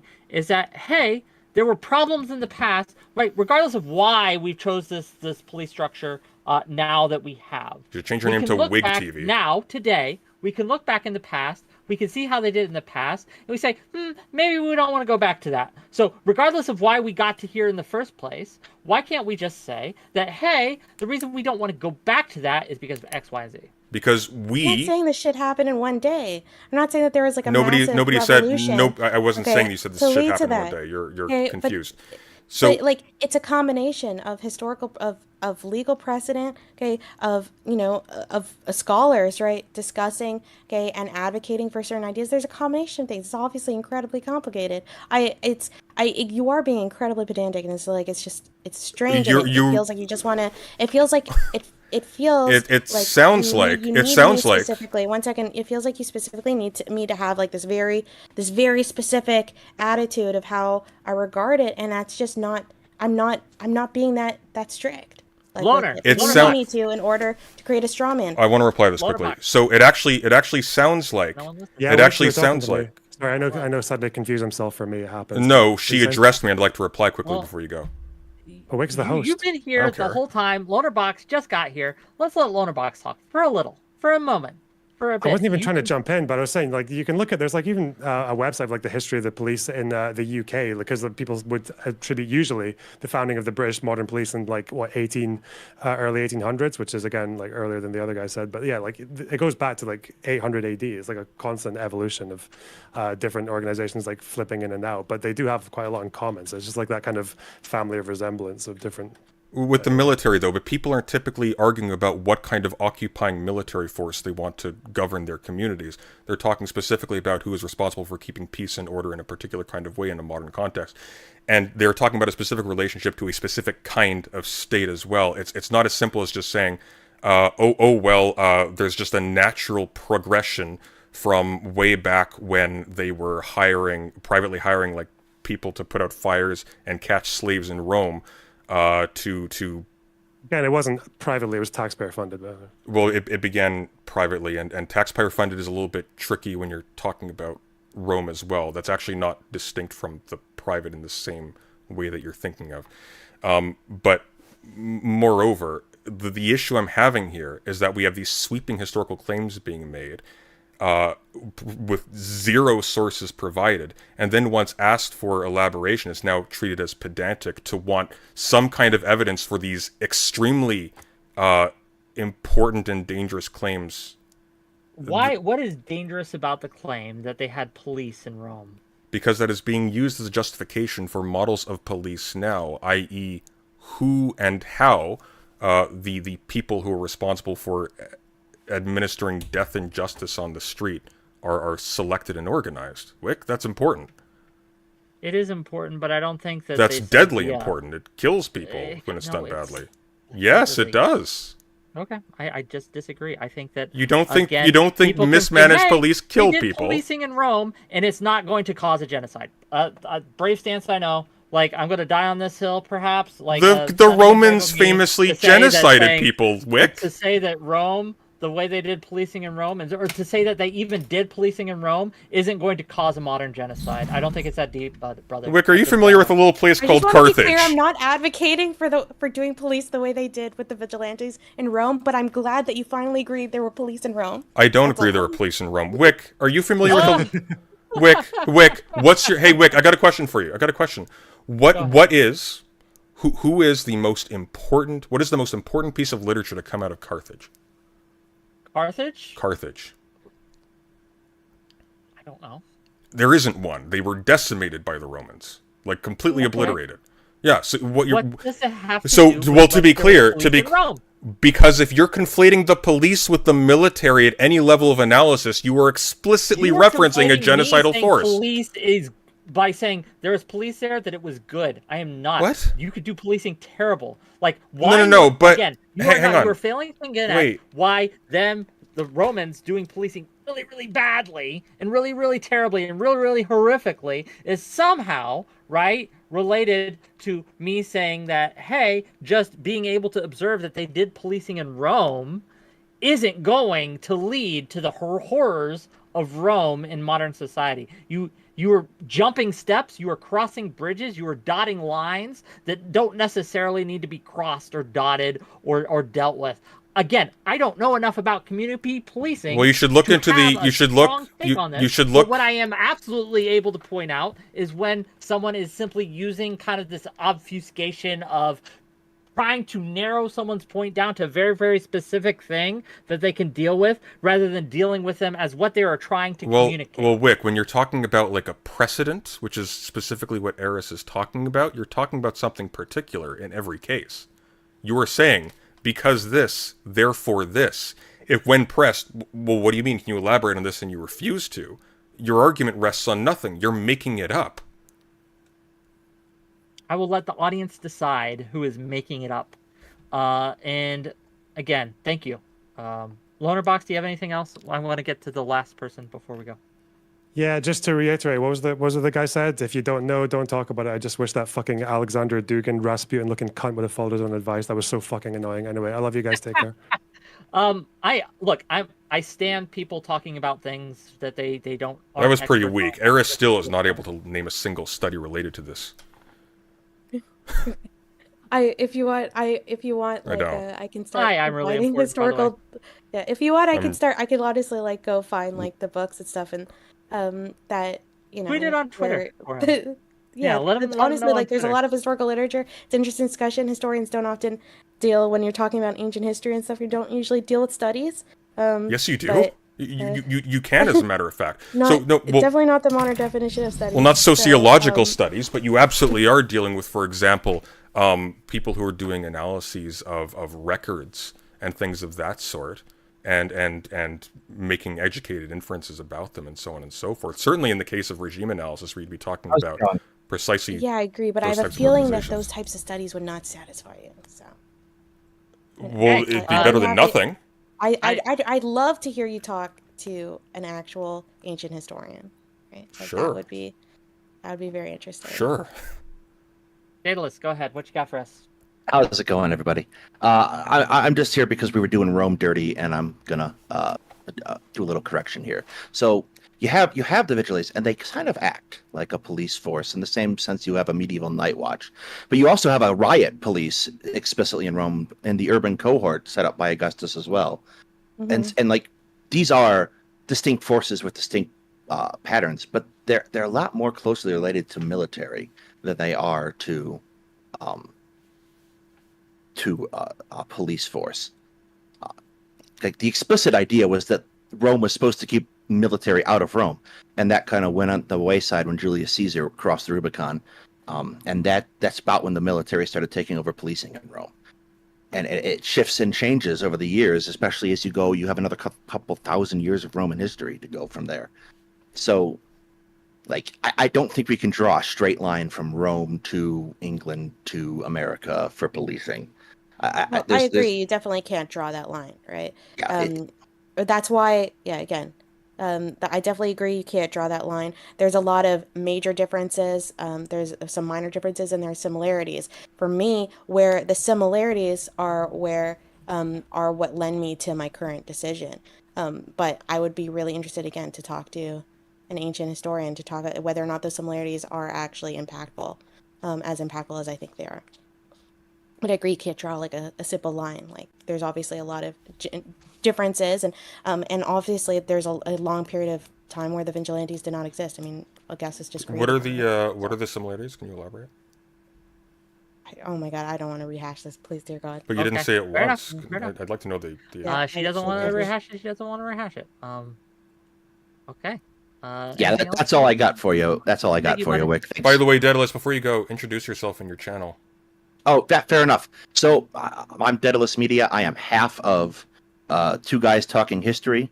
You can find us over on YouTube. We do a history variety show a couple times a month. It's good stuff. I enjoy it. He's Check him very out good. if you want, gang. Thanks for being here. Have a good night, folks. Two more. I'm sorry, Eris, Or if you we- need to go, I understand too. Like, I don't mean to keep you. Yeah, sure. I could stay another like 5 minutes. Ooh, okay. Well, we'll be quick with these two. I'll be quiet. Hey, Lucy, you gotta be quick because we want to Okay, get to sulfur too. I'm gonna be extremely quick. Quick, concise, please. And be so quick that it's gonna be like the Flash or something. So I just have 2 questions. It's concerning very recent history in Poland, because I've heard the talk about what is and what isn't the police, right? And I guess we're all familiar with the communist period of Poland, right? Correct? Familiar enough. Yeah. What you got for us? Okay. So I guess my 2 questions would be, what, in your opinion, is the difference between the militia in the communist Poland and the police later on when the system changed? And the second question is, because during the so-called martial law period in the 80s, the army was called in to take care of the population, namely the opposition. Did the army take on the role of militia or the police at that time, in your opinions? I don't Is that know for enough me? about it to have Yeah, a I do not statement. know enough about communist Poland. I apologize. Apologize, Lucy, and hi. Hello, hello. Yeah, we can So hear you. Well, militia again, I and just the don't know police. enough about it to have a this is very specific, and I don't know. It is, but I guess we could broaden the question to what is the What is the difference between a militia yeah, and the the police, police. right? I honestly, in form and function, it's name. I think I a guess it's a militia can question to act as a everyone. police force, absolutely, right? But it also has other duties that the police generally doesn't. So the militia would also be expected to, for example, fight off an attacking army, or if someone invaded the land. Whereas a police force wouldn't have that specific responsibility, training, or expectation. But I think that the militia can absolutely fulfill all the roles that a police force can. It just they have more expectations thrust upon them. The important factors that, like the distinctions that are important to me and what lead me to my thoughts, is explicitly the enforcement of the laws upon their community. Like that's like a group that's dedicated to that, and solely dedicated to that. Like I think Okay. that enough, that enough is a specific distinguishing like factor that I think is enough for me. Right. Well, I mean, that's a bit of a problem with the Vigiles example, though, because their responsibilities included hunting down Unfortunately, burglars and runaway we can't slaves. go like super hard into this because again, time constraints. But thank you, Lucy, Okay. for coming on, and thank you for that question. I'm glad you Thank read you. the Wikipedia about it now. Yeah. Finally got a chance to do that. I didn't invoke thousands of years of history for the police. Last guest of the night, and then we're going to close out. And Sunday, well, Sunday, you could have made a friend here, but you didn't. Anyway, go That's ahead. okay. No, I don't want to take up any more of anyone's time, but Wick, we need to do a everyone versus Sunday panel. Thank you. Okay, good night. Yeah. It'll Maybe make we money. will. We're gonna so what we got coming up. Just let me. If I only made let you guys friends, know. nobody would watch that. Okay. So tomorrow That's I'm why I gonna have be more talking subs than about you. citizenship. And then Friday at 8 p.m. Eastern, so a little later than I normally do. Friday at 8 p.m. Eastern, we're gonna have Sock Done Left on to face the world, to Very face smart guy. Love critics of him. He is going to be purposefully dogpiled by a group, including Counterpoints, Kevin Logan, and there'll be a few others there. I'm as gonna well. make a bet. Please. Okay, right here, right? Because I've debated Stockton Lev a long time. Okay, used to be a part of my debate server. I've known the guy a long time. I think he's gonna wipe the floor with everyone. Okay. Like, Okay. I think What? he's an Put your excellent money where debater. your mouth is. Okay. So Yeah, if he I will. wins, I'll bet $10. okay. So 2 subs to 10 Wick's US channel. dollars. If you win, Yeah, there okay. you If go. you win, I'll give you 2 subs to your Yeah, channel. yeah. Okay. If I win, Totally. He's you a very give 2 smart guy. subs to mine. Yeah. Sound good? Yeah. All right. Beautiful. Okay. Guys, yeah. Bye. Aristocracy, thank you. Well, Love can you people meeting find you, you? Sunny. Are you It's doing just anything? Likewise. pull down on interruptions, okay? Okay. No. Anyways, nice meeting you. Well, nice Yeah. meeting you too. Bye. So we got to talk Okay. about you scamming your audience for your tooth, Wick. What the fuck's going on? What about it? Like, You it's accept getting done. you accept The movement- you accept $3,000 to replace your Sure. teeth, and now here Where you is are it just going? rolling in the dough, but no tooth. What's going on? Oh, because these things don't happen overnight. It is in process. You're a but that swindler, process Wick. is between me and my dentist. You're a It is scoundrel. not for public consumption. You're So, choosing that's it. to forego teeth for money. Yes, this like a is monster. like I am dealing with the vanity issues. I'm dealing with the eating issues. I'm dealing with all that just to make a little. I kind of profit. think it's distinguishing. I kind of like it. I don't. I liked my smile. I think it looks. I look homeless. No, you got I kind of look like it. You got kind of Goldblum. like. You remember at the beginning of the I first had a Sherlock? much better. Did you know me when I didn't have this issue? I did. So you remember? Yeah. You never mind. So you remember the opening from the Sherlock Holmes movie, the Robert Downey Jr. one. They show Mark Strong up close. He's got the crooked tooth. That's a cool look. It sticks out. It's the slight perversion that makes the rest of it look perversely elegant. It's just. It is one of those things where, like, if they think I've committed fraud, their GoFundMe has some ways to deal with that. They can go through those channels if they honestly think that I am defrauding my audience, simply because I haven't gotten it done in the time frame they wished I would have. If they think that, there are ways to deal with it. If they're just trying to be little drama farmers, then I give them no oxygen. And in fact, addressing it at all is a mistake. Also, the Vigiles were all ex-slaves, just a point of information. But yeah, I mean, like, well, they weren't. It wasn't a good police system. No, it wasn't a police system at all. But, good night. Anyway, for now, good night.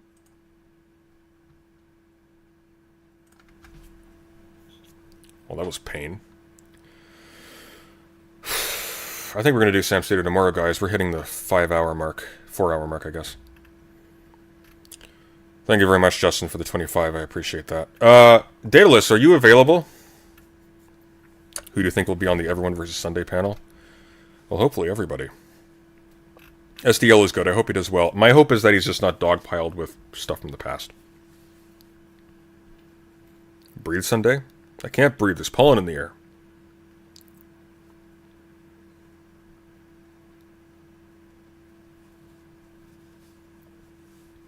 Yeah, I know Sam Cedar. We're going to do Sam Cedar tomorrow. That took longer than I thought.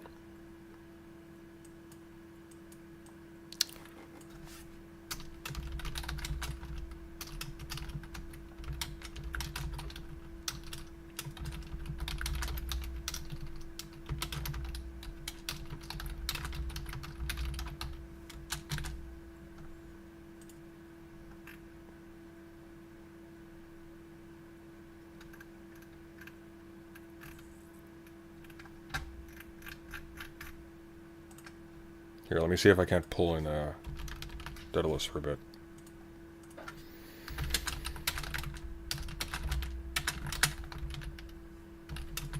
Wind down from that. Because it is true, it would have been good to have a lot of the information to hand. I don't know where on earth Lonerbox was getting off going after Brooks's appearance, but moreover, his description of the Vigiles was not incorrect. Him saying vigilante was him, I think, drawing an etymological connection. Anyways. Hey. Hey, Sunday. How's it going? Good. How are you? Thanks for coming in with that, by the way. I actually should have tapped your shoulder earlier, and I know this is your domain. Yeah, I'm gonna take a look into that now. Well, I think we to see. Well, if we're going to have Sunday versus the World, we're absolutely going to have to do that, aren't we? Yeah. Yeah. I'm actually browsing through her videos now. I think I'm going to take a look into some of them. That'd be helpful. You're talking about Aristocracies? Yeah. That was the claim. So there were two sort of conjoined claims taking place, and this is why I was actually pretty outraged about it.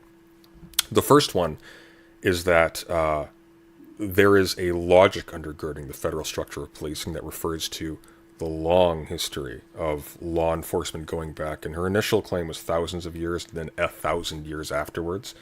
I don't register these as being substantially better than one another. And then the other one, so that there was like some kind of strict evolution from policing in Rome to policing in, for example, like modern day New York or something like that, which is very much not true. Even the type of thing that is being policed is so radically different. Like organizationally, you're not talking about anything that has any semblance with each other, except for the fact that there will be, at a point in time, a person on the street apprehending someone for a reason. Yeah, the trouble I have is that American policing is like, you can draw parallels, but they're really loose parallels. So like American policing emerges out of slave catching more than anything. And it has a lot more to do with the organization of the Fugitive Slave Acts in early American history than it does any kind of unbroken chain of tradition of policing running through European history. Well, when you're even talking about the name of police, you're not talking about an organization that is identified with that activity. So when we're talking about like American police, we're not talking about an evolution out of the police. We're talking about a specific body that became anointed with the name police, when for a very long period of time police referred to basically the entire administrative arm of the government. So not the slave catchers, not the burglar arresters, not the armed guard, not that kind of thing. Those and everybody else. The people who interface with the public on legal matters, with taxes, If you're, and this the case not actually that long ago at all. So if you read Hegel, for example, the police are being referred to in that vein there. That's a far cry from 1,000 years ago. Moreover, the other claim which I had much more of an issue with, which is not like there being a continuity between these two, but that the preference, whose preference we never actually got an answer on, but the preference for a top-down, delocalized police structure being the result of some kind of legal or intellectual reflection on the history of I guess, city stewardship going back thousands of years. That's absurd. And unless you can actually, even if it wasn't absurd, even if there was like a perfectly reasonable reason for this, unless you can actually show a decision that references that, you're just making that up. That's just that's an historical event you're drawing upon that didn't happen. Yeah, like I understand a bit about where policing in America comes from, and like there's no real preference for a top-down structure, because what you really have a preference for is localized structures. You have a lot more policing power in the sheriff's offices than you do in any federal agency, because federal law applies basically nowhere but Indian reservations. Well, there was that as well. I think Lonerbox brought up the National Guard, which is interesting because what that highlights, precisely because the National Guard is state-centric, as in like the National Guards are of the states that comprise the United States. That's a locality. It's a federation of localities. Now, granted, in some cases, very large localities, but that is precisely not a federal body.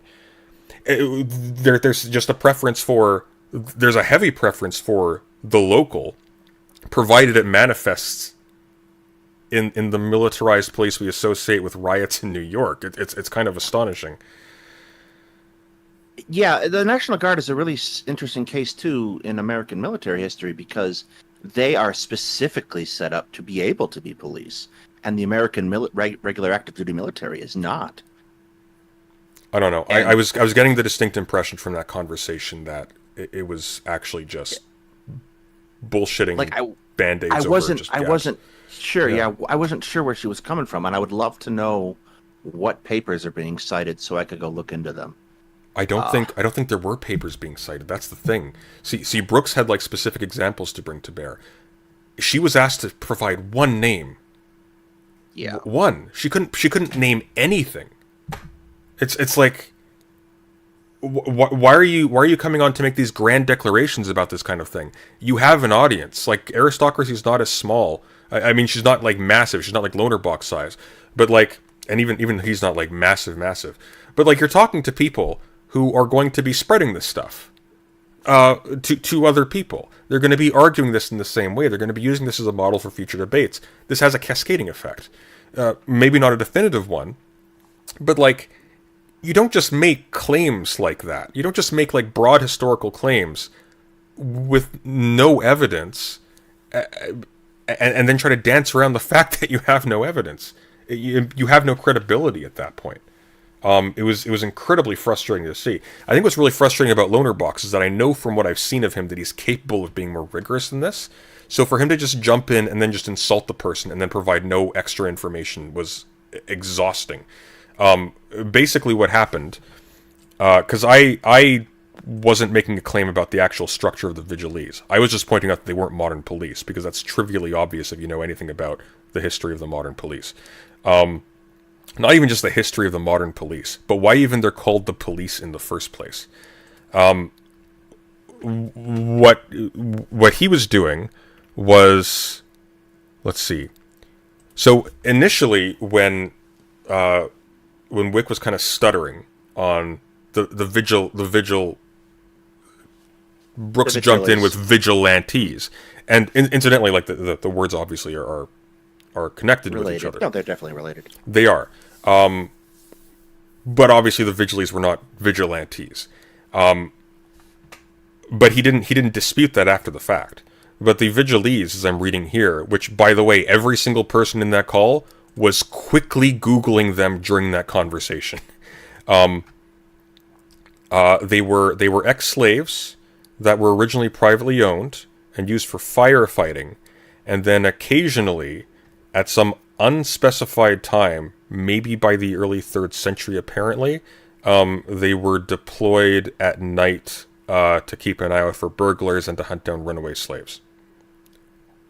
Yeah, and like, which, by the way, and to maintain order in the streets. Also, yeah, structure but also. yeah, If I read in the Wikipedia article down a little further, the structure is identical to Marian legionary structure at the time. Yeah. So they're effectively patterned off of the military. Well, they're effectively just a corps of expendables.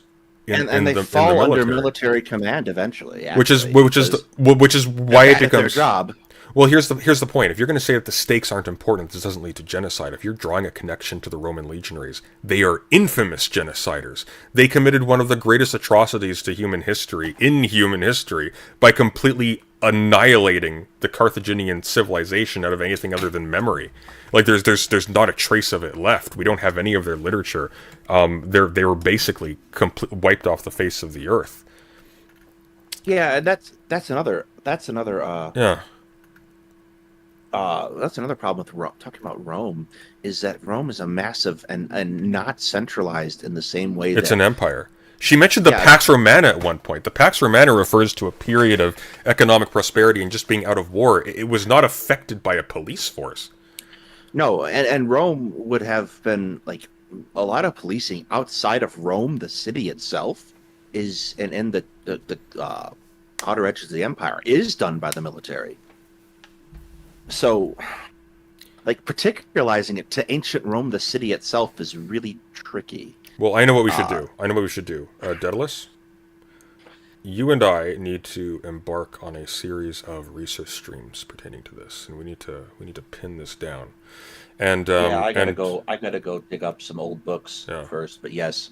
And if Lonerbox wants to call Brooks Rasputin-looking ass, he needs to return to classifying different types of spores and fungus.